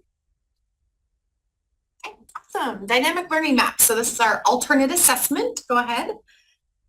For students in grades 3 through 11, again, science, don't forget, we don't start testing science until grade 4. So our window is open. This is your reminder that teachers need to be done with testing 2 weeks before your last day of school. The window officially closes on June 6th. So sometimes there's some unique situations. We had that last year where a student was coming back for extended school year, EYS, and finish up some testing. So if you have some funkiness that comes about, just email me. We can work through that. But the goal is to be done 2 weeks before school ends. Okay, next. This is just your administration reminders. This is a slide you could send directly to your teachers, reminding them that after administering a testlet, typically it can take 15 minutes for a next one to come up. They can monitor that testing progress under that testing progress window in Educator Portal. Also a reminder as we're coming and wrapping up testing and coming to the end that we do field testing. So when teachers think they're completely done and they've hit 9 out of 9 testlets and all of a sudden something pops in, if they see NA in the testing progress and that FT in the test session name, it's a failed testlet. So please do take that. And then teacher surveys were also in there. So optional, a reminder, we ask that those be filled out after testing is completely done to give that feedback back to DLM. So just kind of those teacher reminders that you can blast out. Special circumstance codes. Oh, I thought I had fixed the slide, but I guess it reverted back. There is a technical assistance document on the Padlet. So the header here is the link to the DLM District Test Coordinator Padlet. Only district test coordinators can enter special circumstance codes. Students have to be rostered and teachers have to submit first contact surveys in order for those testlets to deliver down, because that's where you enter those special circumstance codes. Parent refusal, student was just absent. If you have any funky testing things going on, those emails are starting to roll in like, hey, my student was supposed to come back after spring break and didn't. What do we do? So just kind of hang tight, gather all those things, give yourselves and teachers and students maybe with some chronic absences, medical stuff to flow in and out by May. If you have some funky stuff and you need help with determining what special circumstance code to enter, please reach out to me. If you have a unique situation where you're thinking medical waiver is something that would fit the need for what is happening with your student, We do have students that go onto homebound home hospital services. So please reach out to me, and you can fill out those exceptional requests if you're looking for medical. So I have to approve that medical waiver on kiddos. But anyway, so there is the information on how to get to those special circumstance codes. And again, there's a TA document on that Padlet. Okay, next slide. Test information pages. Okay, friends, we are monitoring this. We have so far 62,858 testlets that have been completed across the state. That's including all of our subjects. So that's really good. Next number, not so good. We have had 31,000 of those 62,000 testlets that teachers did not access that tips page. Will you go back oh, there it is. No, go back a slide. Go back one more. Back one more. One more. Right here. See next to the red box that says test progress? See that little test information PDF? That is the click data we're looking for. So right next to the testing ticket and the test progress window in the test session name is that test information page. It is click data. All teachers have to do is click on that. It pops it up. That is the information that they need going into testing. So that's where they find that. So now you can go back to that tips page, M. We are monitoring this. So if we are administering 31,000 testlets and teachers are not accessing that tips page, that means teachers and students are going into that testing not knowing if it's teacher administered, computer administered, do they need manipulatives, right? Is the student, taking the test on the computer, or are they interacting with the teacher? So we have a lot of blindness going into those testlets.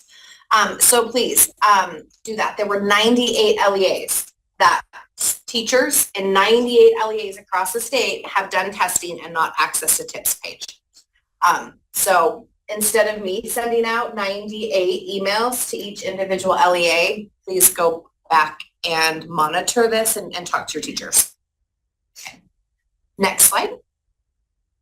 Monitoring dashboards. So we kind of presented this last time, got some clarifying information for you. So you have these dashboards that you can come in and do a really quick look and see how many first contact surveys still need to be filled out. Teachers have to fill out that first contact survey and submit that in order for testlets to deliver. You can come in and get a quick overview of what testing progress looks like in your LEA. And then we have these testing outside of hours and the short duration times that we're asking you to monitor. So we're going to dig a little bit into a couple of those. Go ahead.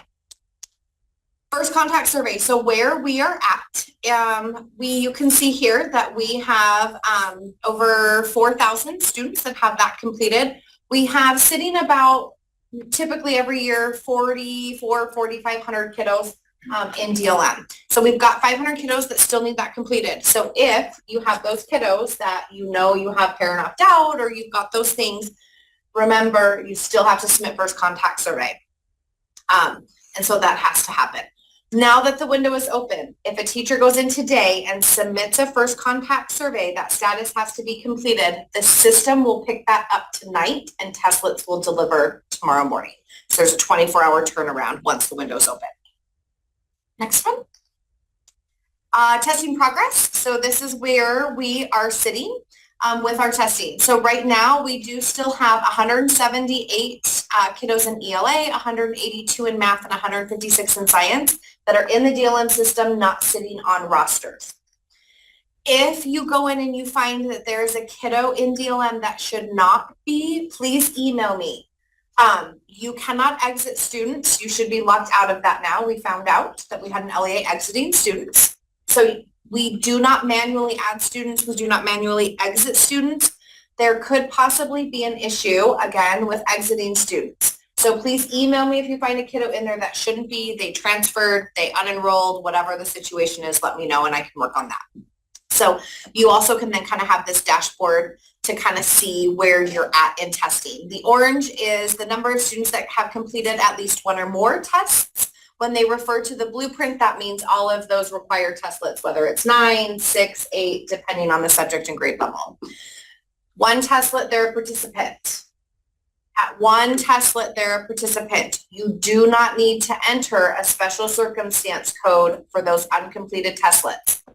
One Testlet could be 3 to 5 questions, so your score report's not going to be valid and reliable. They will get a score report, but not valid and reliable. So one Testlet is your threshold for being a participant. So you can kind of see there, you guys get the same view in your LEA to see where you're at with that testing progress. Okay, next. Okay, testing outside of hours. I have been answering a lot of questions. We have had some monitoring going on. We have found some misadministration again this year already. So it is happening out there for those monitoring the testing outside of hours. So this is the view that you get. You can pull in today's, prior date, a school year. You can download. You'll see that download extract. You can pull it down in a big CSV file and do some filtering. Here's the clarification around this. Next page, please. Here are the actions. So Utah's hours are set at 6 a.m. to 5 p.m. 6 a.m. to 5 p.m. Pretty large window, and Monday through Friday. So whenever we have Testlets that are opened up before 6 a.m. or after 5 p.m., Monday through Friday, or opened on a Saturday or Sunday. This will show up in this testing outside of hours, and you will get one of 4 messages that pop up on the screen as to why. And so exit does not save means that outside of our hours, 6 a.m. to 5 p.m., Monday through Friday, a teacher opened up the student's Testlet, and then they clicked on that exit does not save button and got out of it. I have not seen any of those across the state, so that's good so far. The next one you may see is submit. That means the Testlet was opened and submitted, meaning answers were clicked on or done something and the test was submitted. So that is where we have caught a couple of those, and I have kicked off that to those LEAs to do some investigating. So those would be the 2 things that I really need you to investigate. So as you are monitoring and looking at that testing outside of hours, those would be the things to do there. Test reset, that is typically what we see. You're going to open that up, and I guarantee almost every single one of you with DLM students will find a test reset in there in your testing outside of hours. What happens is it means that that Testlet was opened up, and you'll see probably in that start date and time, like on a Wednesday at 1 p.m. the test was open, and then you'll notice on the close time, the end time, it'll be around 11 p.m., which is our indicator that that is the DLM system is doing their rollover. If you see that something happened, power outage, Testlet was closed, not completed, so there really is nothing that needs to happen there unless all of a sudden you're seeing kind of a repeat offender in a school, and then maybe you kind of might want to be wondering what is going on. But really there's not much that needs to happen with those test resets. If you see other, please contact me. I have not seen any of that, but that means something else has happened, and we, myself, DLM, need to do some additional investigating, but it really is those top 2 that you're really looking at monitoring. Okay. There's a question online. Oh, yeah. If teachers access the test information page outside of hours, would that show up on here as well? No, this is only for Testlets opening. You might see that in your test information monitoring data extract in those previous slides. I do believe there's a date and time stamp. So, and teachers may, right? Teachers sometimes at 10 o'clock at night are home doing things. So if they're accessing that tips page, I'm totally fine with that. It's this, when this is actually getting in, logging in under the student's login in the secure browser and opening up Testlets. Okay, so, all right, great questions. All right, next. Short duration. So I will guarantee you that most of you will see something in short duration as well. So what the deal is with short duration is anytime a Testlet was opened and submitted in under 1 minute, it logs this. Okay, so here's the caveat. There may be a very reasonable answer. I'm not quite sure what the teacher's going to say when they've opened a Testlet and submitted it in 14 seconds. A lot of those out there. So I do know that we've got LEAs investigating that. I've had quite a few that they're like, we're going to go take a visit to the school and see what's going on. So it could be a very reasonable answer. I would assume that wait time typically for these kids, just wait time alone is longer than 14 seconds for responses. So anyway, so that's a good one to check and see what do you have going on there. And see what you find, report again, right? If you find that there is something funky, that there's possible misadministration, please reach out to me, let me know. We can do some testing resets also. But anyway, so these are great little dashboards to kind of get an idea of what's going on out in your LEA with testing for DLM. Okay. So, any questions? Please reach out to me. Please do not forget about that DLM District Coordinators Resource Padlet. Most of the questions I'm getting right now, a lot of times you can find that information in a TA document that I've created on that Padlet for you. So don't forget about that. If you have your special education department that is handling the majority of DLM tasks, please make sure you're passing along this information to them on a monthly basis.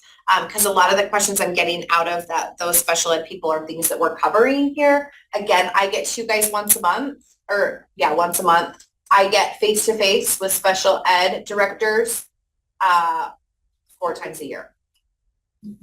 That's it. So then things go out in memos, and that's not as effective as we know. But anyway, so please pass along to special ed.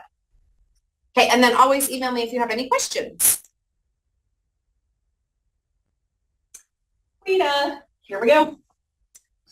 Okay, where are we at? So first, thank you all. Access testing is closed and our LEA data validation window is closed, as Maureen said earlier. You will be receiving reports online. Those will be posted in AMS on the 1st, okay? And then you will also have paper reports shipped to you by the 16th. 16th through the 19th, but don't worry, they will not come on the weekend. So you just need someone there to receive them on Friday or Monday. If, as you are going through your reports and everything, you notice any errors, like Maureen said, please send any errors to her. The final date, and I apologize, this is not on this slide, but the final date is May 27th. So maybe someone can drop that in the chat for me really quickly. So the final date to report any errors in access scoring and reporting would be May 27th, okay? So thank you all for doing that. And again, if you miss that window for any reason, we cannot open it up because that would delay scoring for the entire state, which we definitely don't want.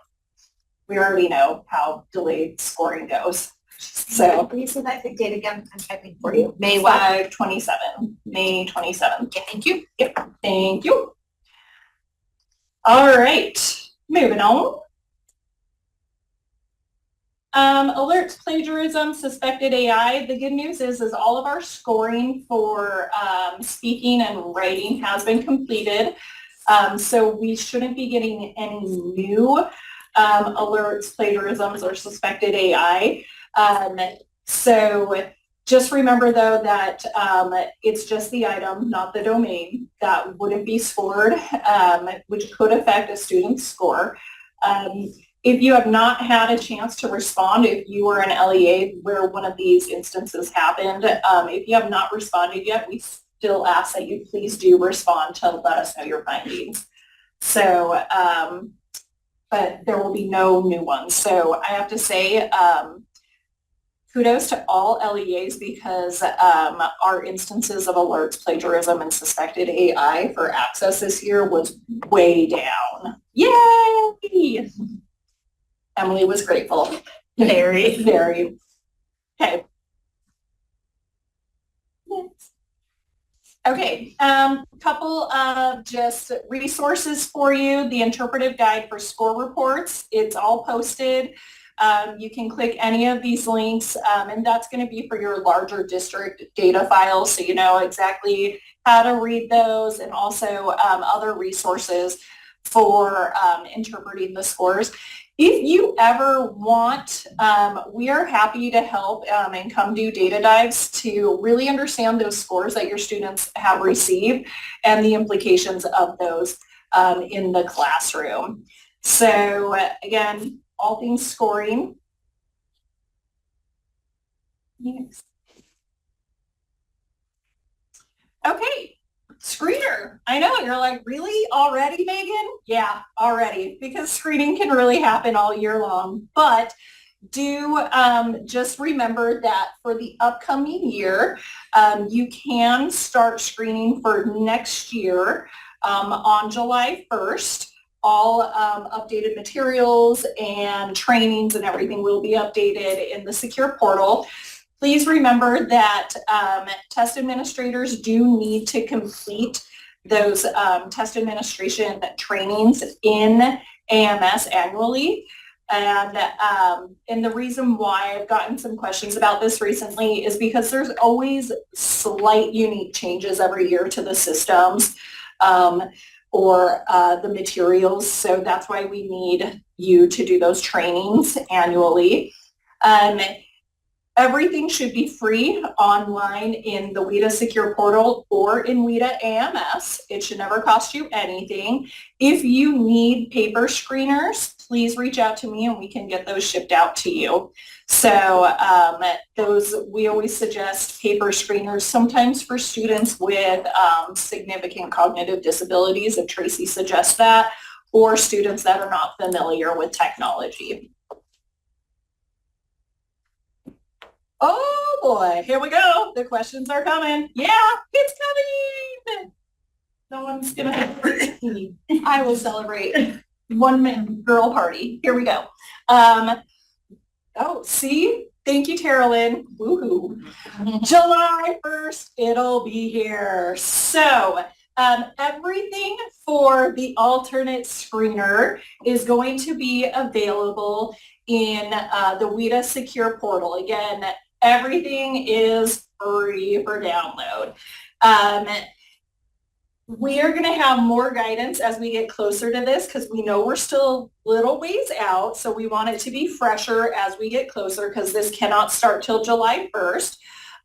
Please do note that this is going to be one-on-one test administration. It should take around 30 minutes. It's only 9 test items, okay? You will get score reports in all 4 domains if they were accessible to the student, and then all the same composite scores. And those trainings will be available on July 1st as well for test administrators, okay? There will be an online score calculator and you'll be able to print reports. Now, we are still determining what the entrance criteria will be for that. We have to take it to our TAC and our APAC first, which we'll be taking to them in May. And then as soon as we have that determined for next year, using the alternate screener and alternate entrance criteria, we will announce that to everyone. We'll blast it out in as many ways as possible. But that is still in the works. Because again, the alternate, just like alternate access, is on a slightly different scale of 1 through 5 and only reports out the whole numbers versus at the tenths. So, And we have no data because we haven't administered it yet. Yes. So that's like it's the main reason, right? yes, the main reason also being that we're trying to determine the entrance criteria is no students in Utah have taken this assessment yet. So we feel pretty comfortable saying that whatever we establish will probably be provisional for now, and that as we get more data, we'll be able to take a closer look and find what is the exact right entrance criteria for these students. We will have something in place by the time you start screening them. All right. Maybe. So we'll just stay tuned. We will keep you posted on what we're doing with the entrance criteria. Okay, so here's the other thing that you guys need to be aware of. Bullet point number 1. So anything alternate is always for students with the most significant cognitive disabilities, which is determined by an IEP team, which is difficult because you have to screen students within 30 days of showing up, and you cannot do an initial eligibility on a student in 30 days. Okay, so that's where there's more guidance. So at the end of the day, alternate assessment participation guidelines still are applicable. However, you won't have that formal IEP stuff. So we will work on what that guidance is. You need to be able to have some sort of documentation, whether it's from a different country, from wherever it comes through. You need to have something that is going to help indicate this group of students. Does that make sense?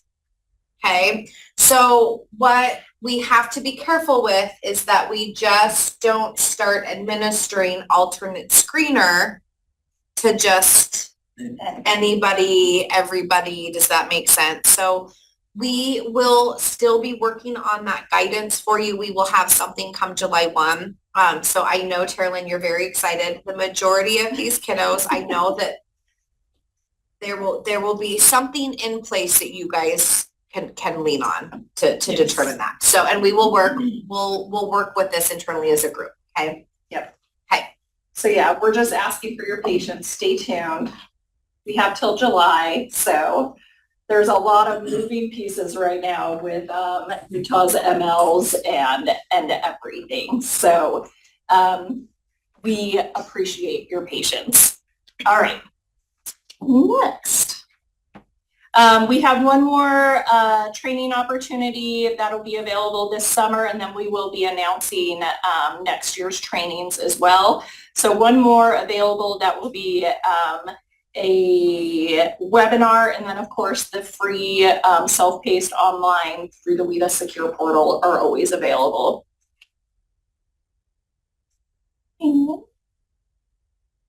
Contact information, please reach out to us anytime you need anything. And now we have some updates about the alternate exit criteria. Okay, perfect. So go ahead and WIDA alternate exit criteria. So we've kind of been updating y'all throughout the years. We've been going through this process.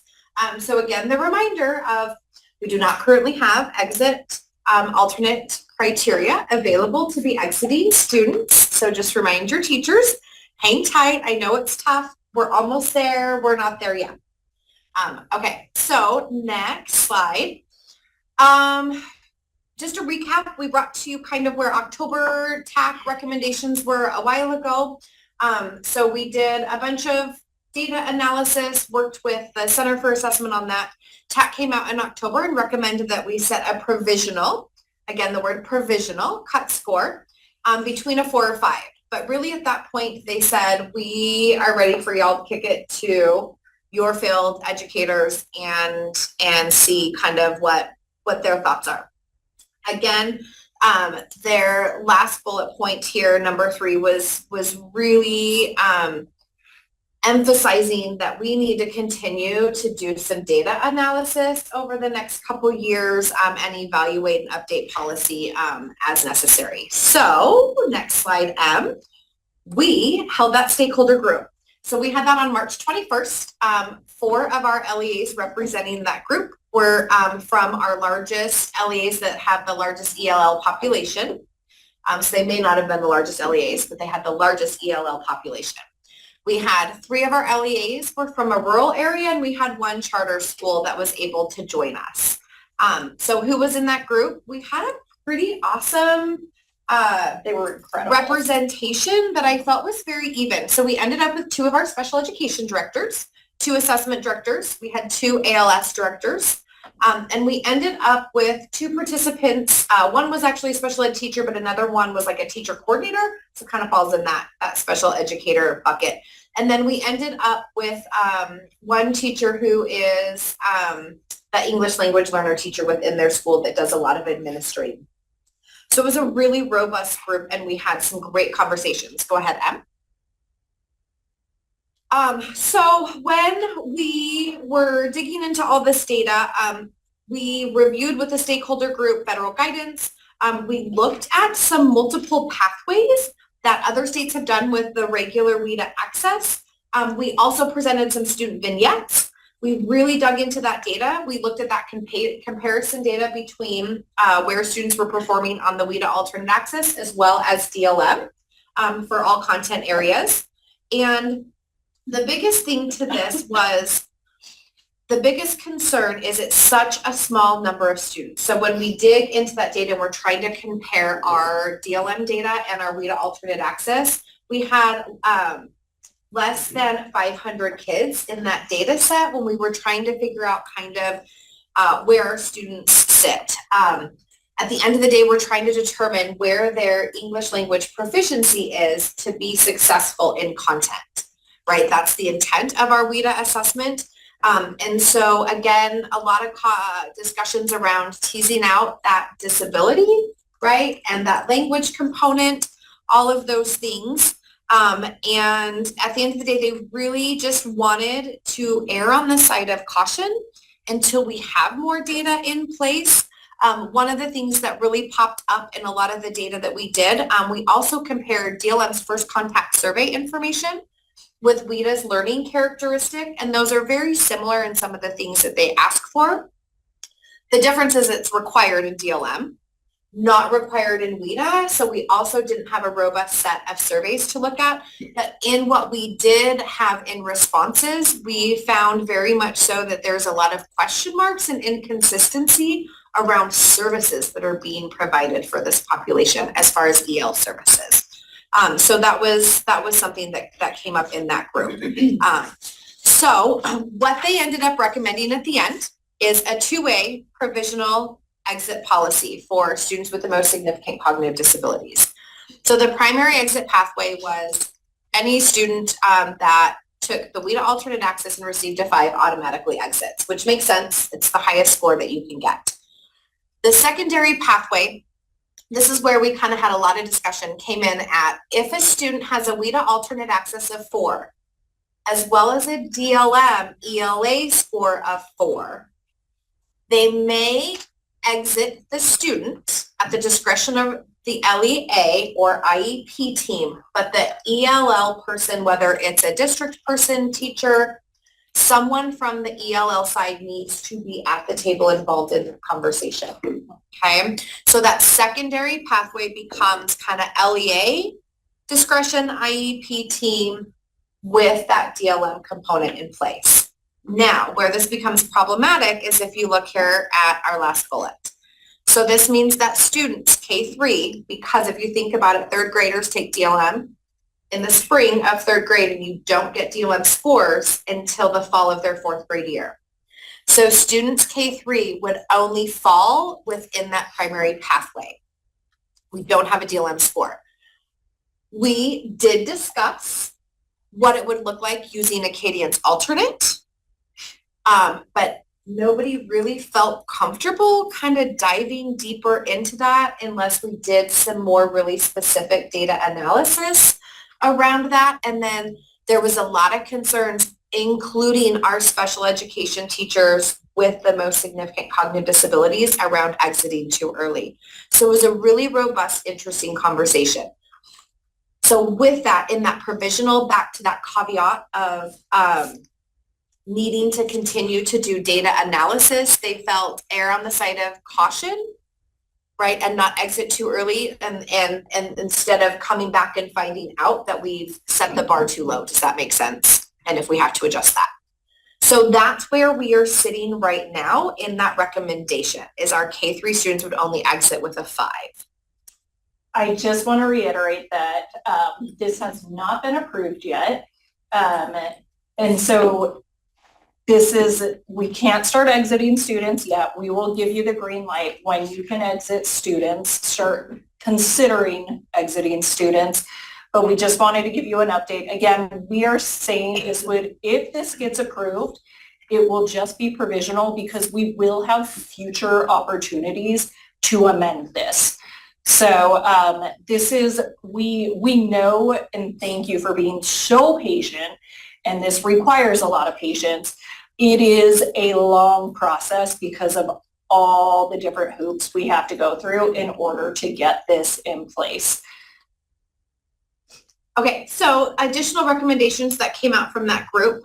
So we've kind of talked about it a little bit. One thing that we've discovered too is the folks that we have in our LEAs who are administering the WIDA alternate access to this population of students. So the group really felt like there needs to be some additional training for sure. And I think some of our LEAs, especially those larger LEAs with our larger EL population, are kind of rethinking some of those policies. So we did have a lot of conversation around that.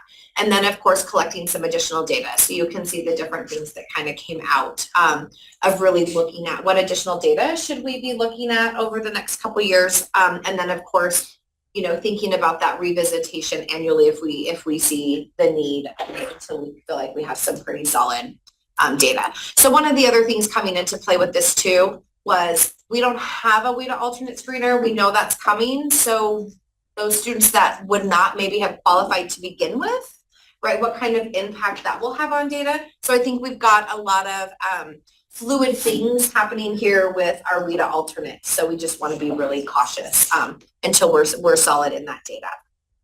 So the next slide gives some additional recommendations that came out of the Center for Assessment. So I'm not going to go over those based upon time. So you can, you know, kind of read those slides and figure out what's going on there. But it's a lot of the same things that we really talked about.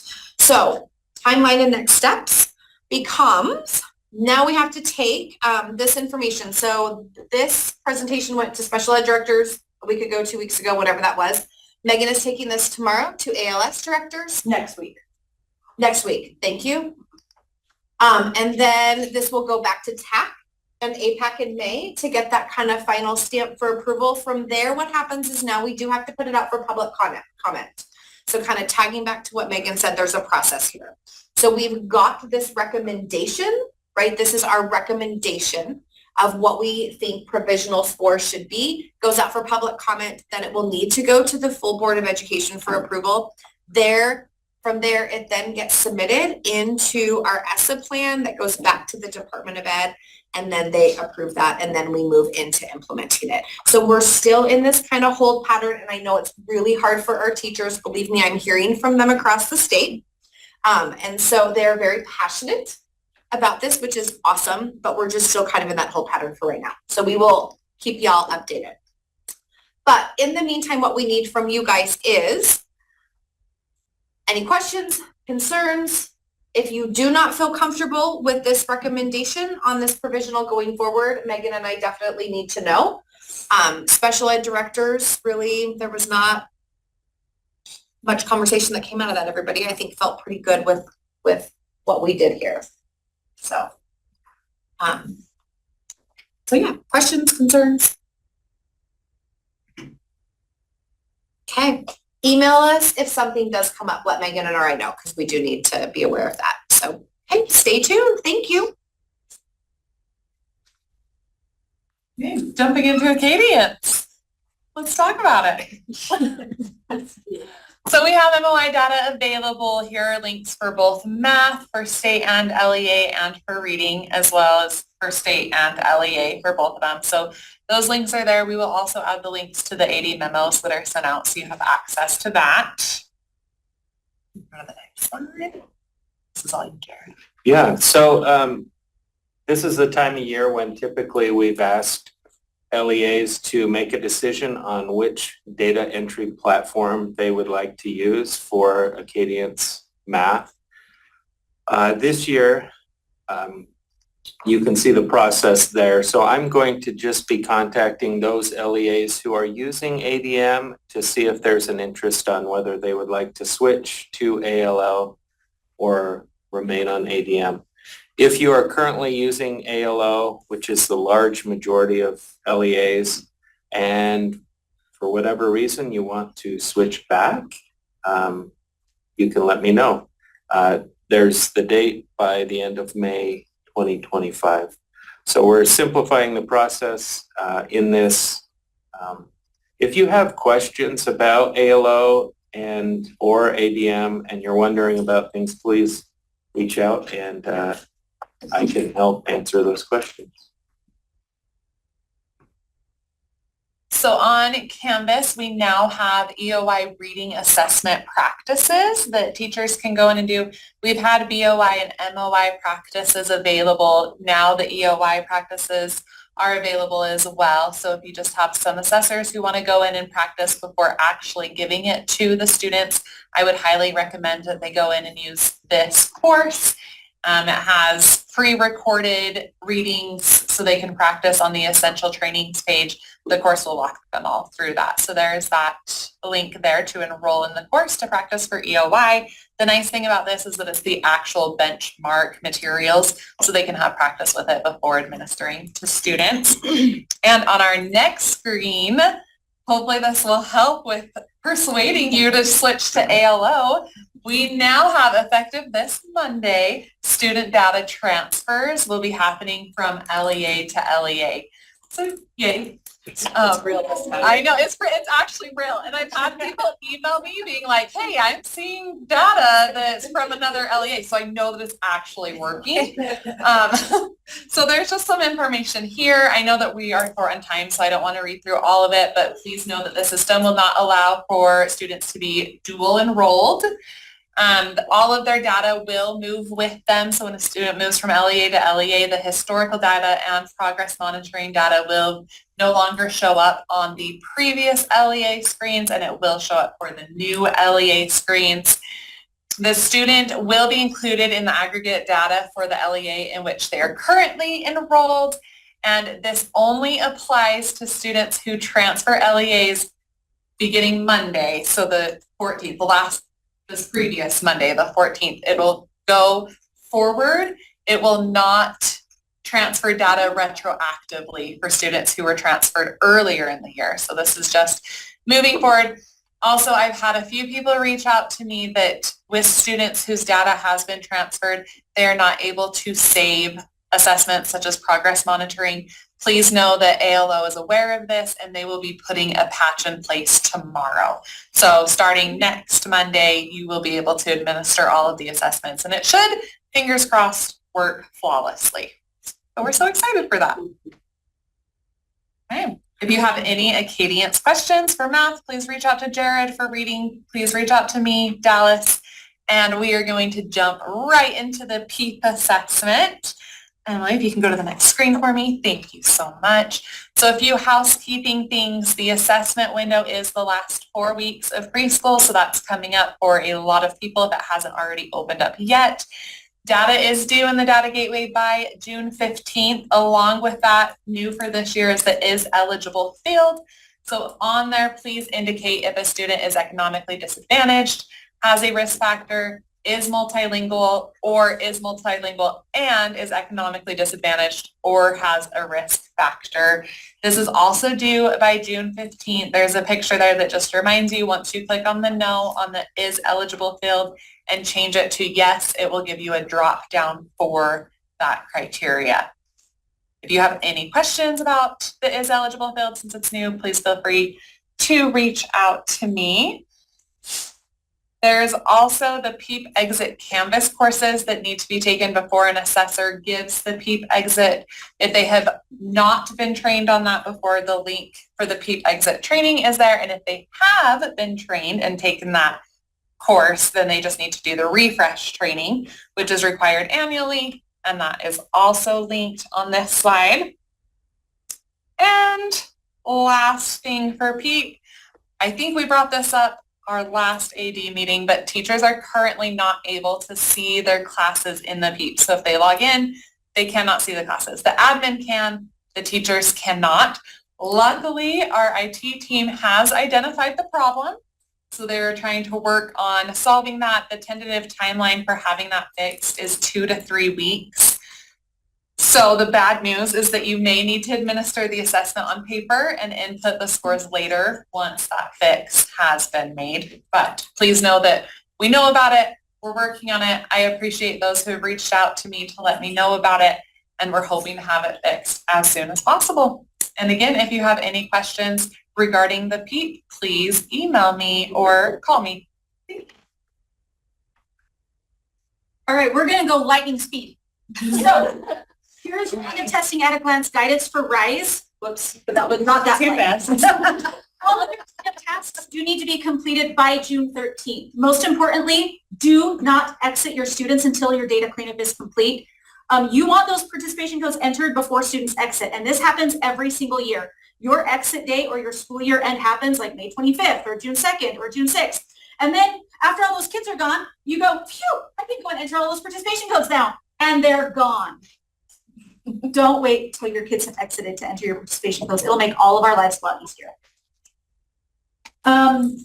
For the managing test appeal requests, since we're in the throes of testing, some of you have already received my reminder emails to keep on top of your appeals, as it's one of your responsibilities as an assessment director. It's important to know, though, it's a two-step process. So after this has been created,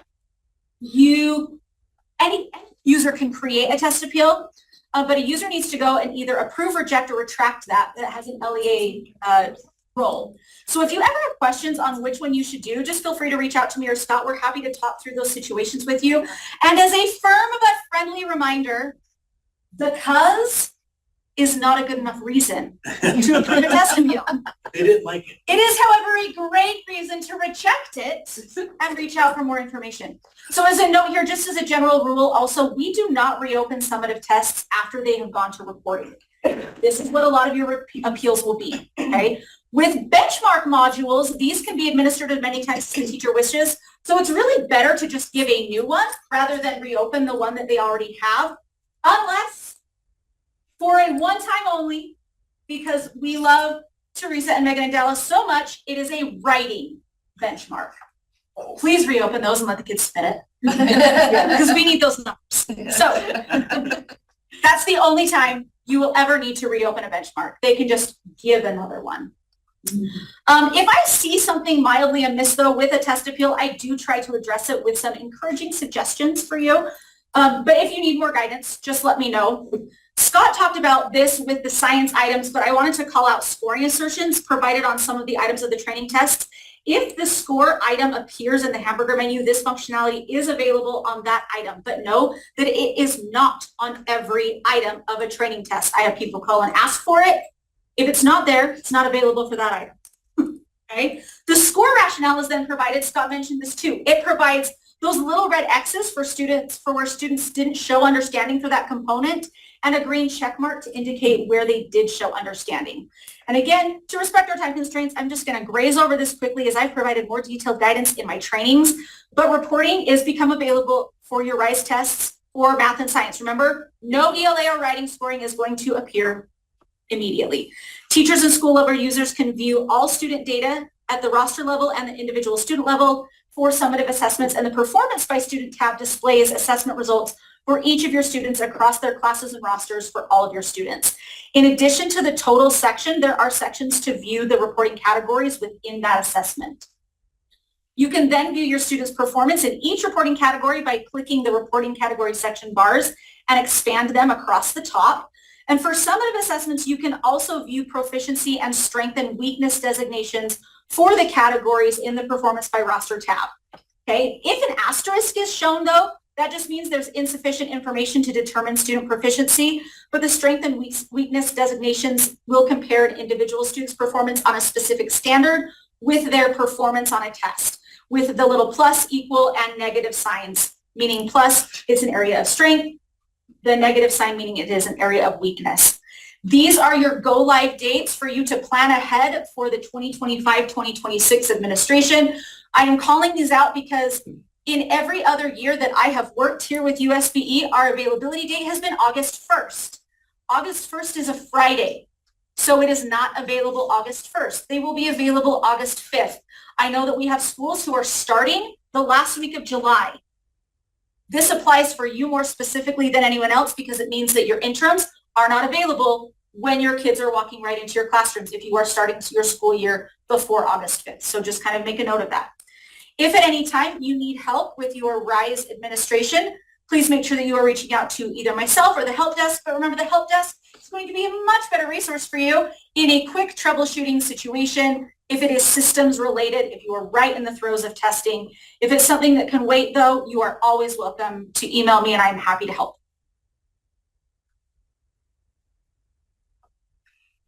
Okay, really fast, just as a reminder, remember to be submitting your accommodations for students prior to them opening a test. If at any time you are active monitoring and realize a student doesn't have an accommodation, it's best to stop that student's testing so they don't have to go through that burden of finishing a test and then having those conversations of whether they want to redo the entire test with their appropriate accommodation. We'll skip through. I think I covered this earlier. I'm sorry. Yeah. In honor of time. No, go ahead. It's fine. All right, so when it comes to your data cleanup for Utah Aspire Plus, you have through May 14th. You don't have to worry so much about exited students because they're still in school. But just be aware of that. And then the score interpretation guide is posted if you need it.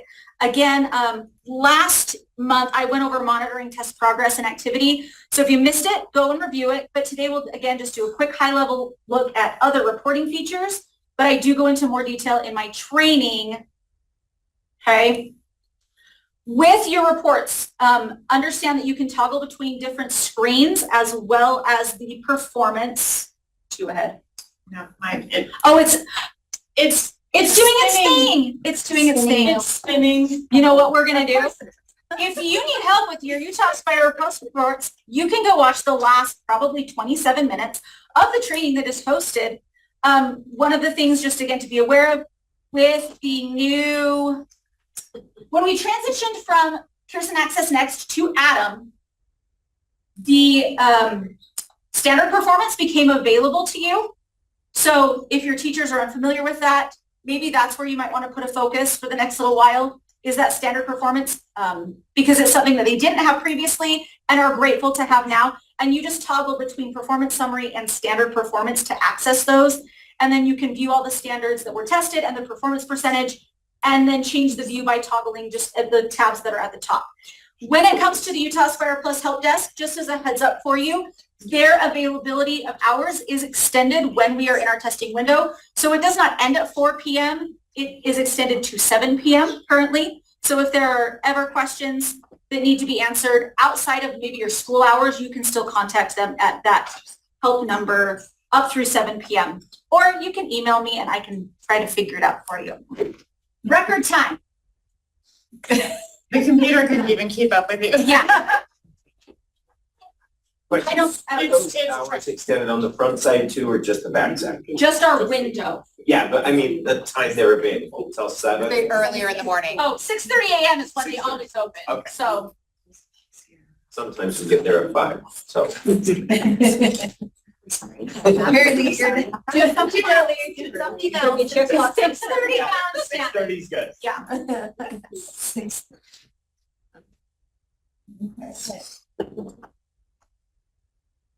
That is it for me. And then it goes into Accommodations. accommodations for Utah Aspire Plus and ACT. We got 6 minutes. We got this. Elise went so fast that the computer has just given up on me. It couldn't go that fast and now Well, I'm for just Utah spinning Aspire and Plus spinning. accommodations, I'll just go ahead and speak to it. Just again, that same reminder as with RISE, try to have a checks and balances so that students are not starting tests without their needed accommodations. It just becomes a unfortunate situation for students to have to start a test and then retake it or start over. Especially pay attention to those Spanish and English accommodations. We've had definitely a lot of emails about that. That is such an unfortunate experience when students go through an entire test in the wrong language. Please, please, please double, triple check that at the LEA level. It's just not fair to students. And same thing with Utah Aspire Plus for accommodations as with RISE. The earlier you see an error and start to remedy that situation, the better. I know we're getting, here it is mid-April, but remember, if you have a student taking paper, large print, Braille, those are what are considered additional orders, and those orders have to be placed in Atom, and they do require a 2-week period to ensure delivery of those materials.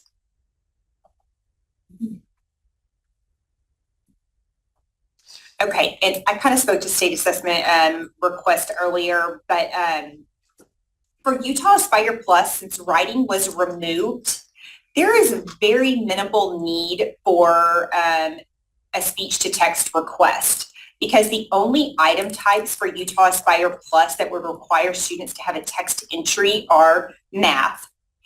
So for most students who typically use speech to text, math to write a couple of numbers is typically not what they're using it for instructionally. And I say this so you have an understanding, and this is in the test administration manual, when you turn on speech to text for Utah Aspire Plus, students lose all of the embedded text to speech that's available to all students. So that student then has to test alone and have a human read aloud all of that test content in replacement of that loss of text to speech. So if LEAs are understand this caveat, it really reduces the need for most students to even need this accommodation. Okay, ACT updates in 3 minutes. Not have enough time, but we'll see. Over 7,000 waivers requested means the ACT test sites are inundated with people wanting to take the test. We've contacted ACT. They really have no way to actually see internally how full those centers are, but I'm getting reports from you guys, centers are full.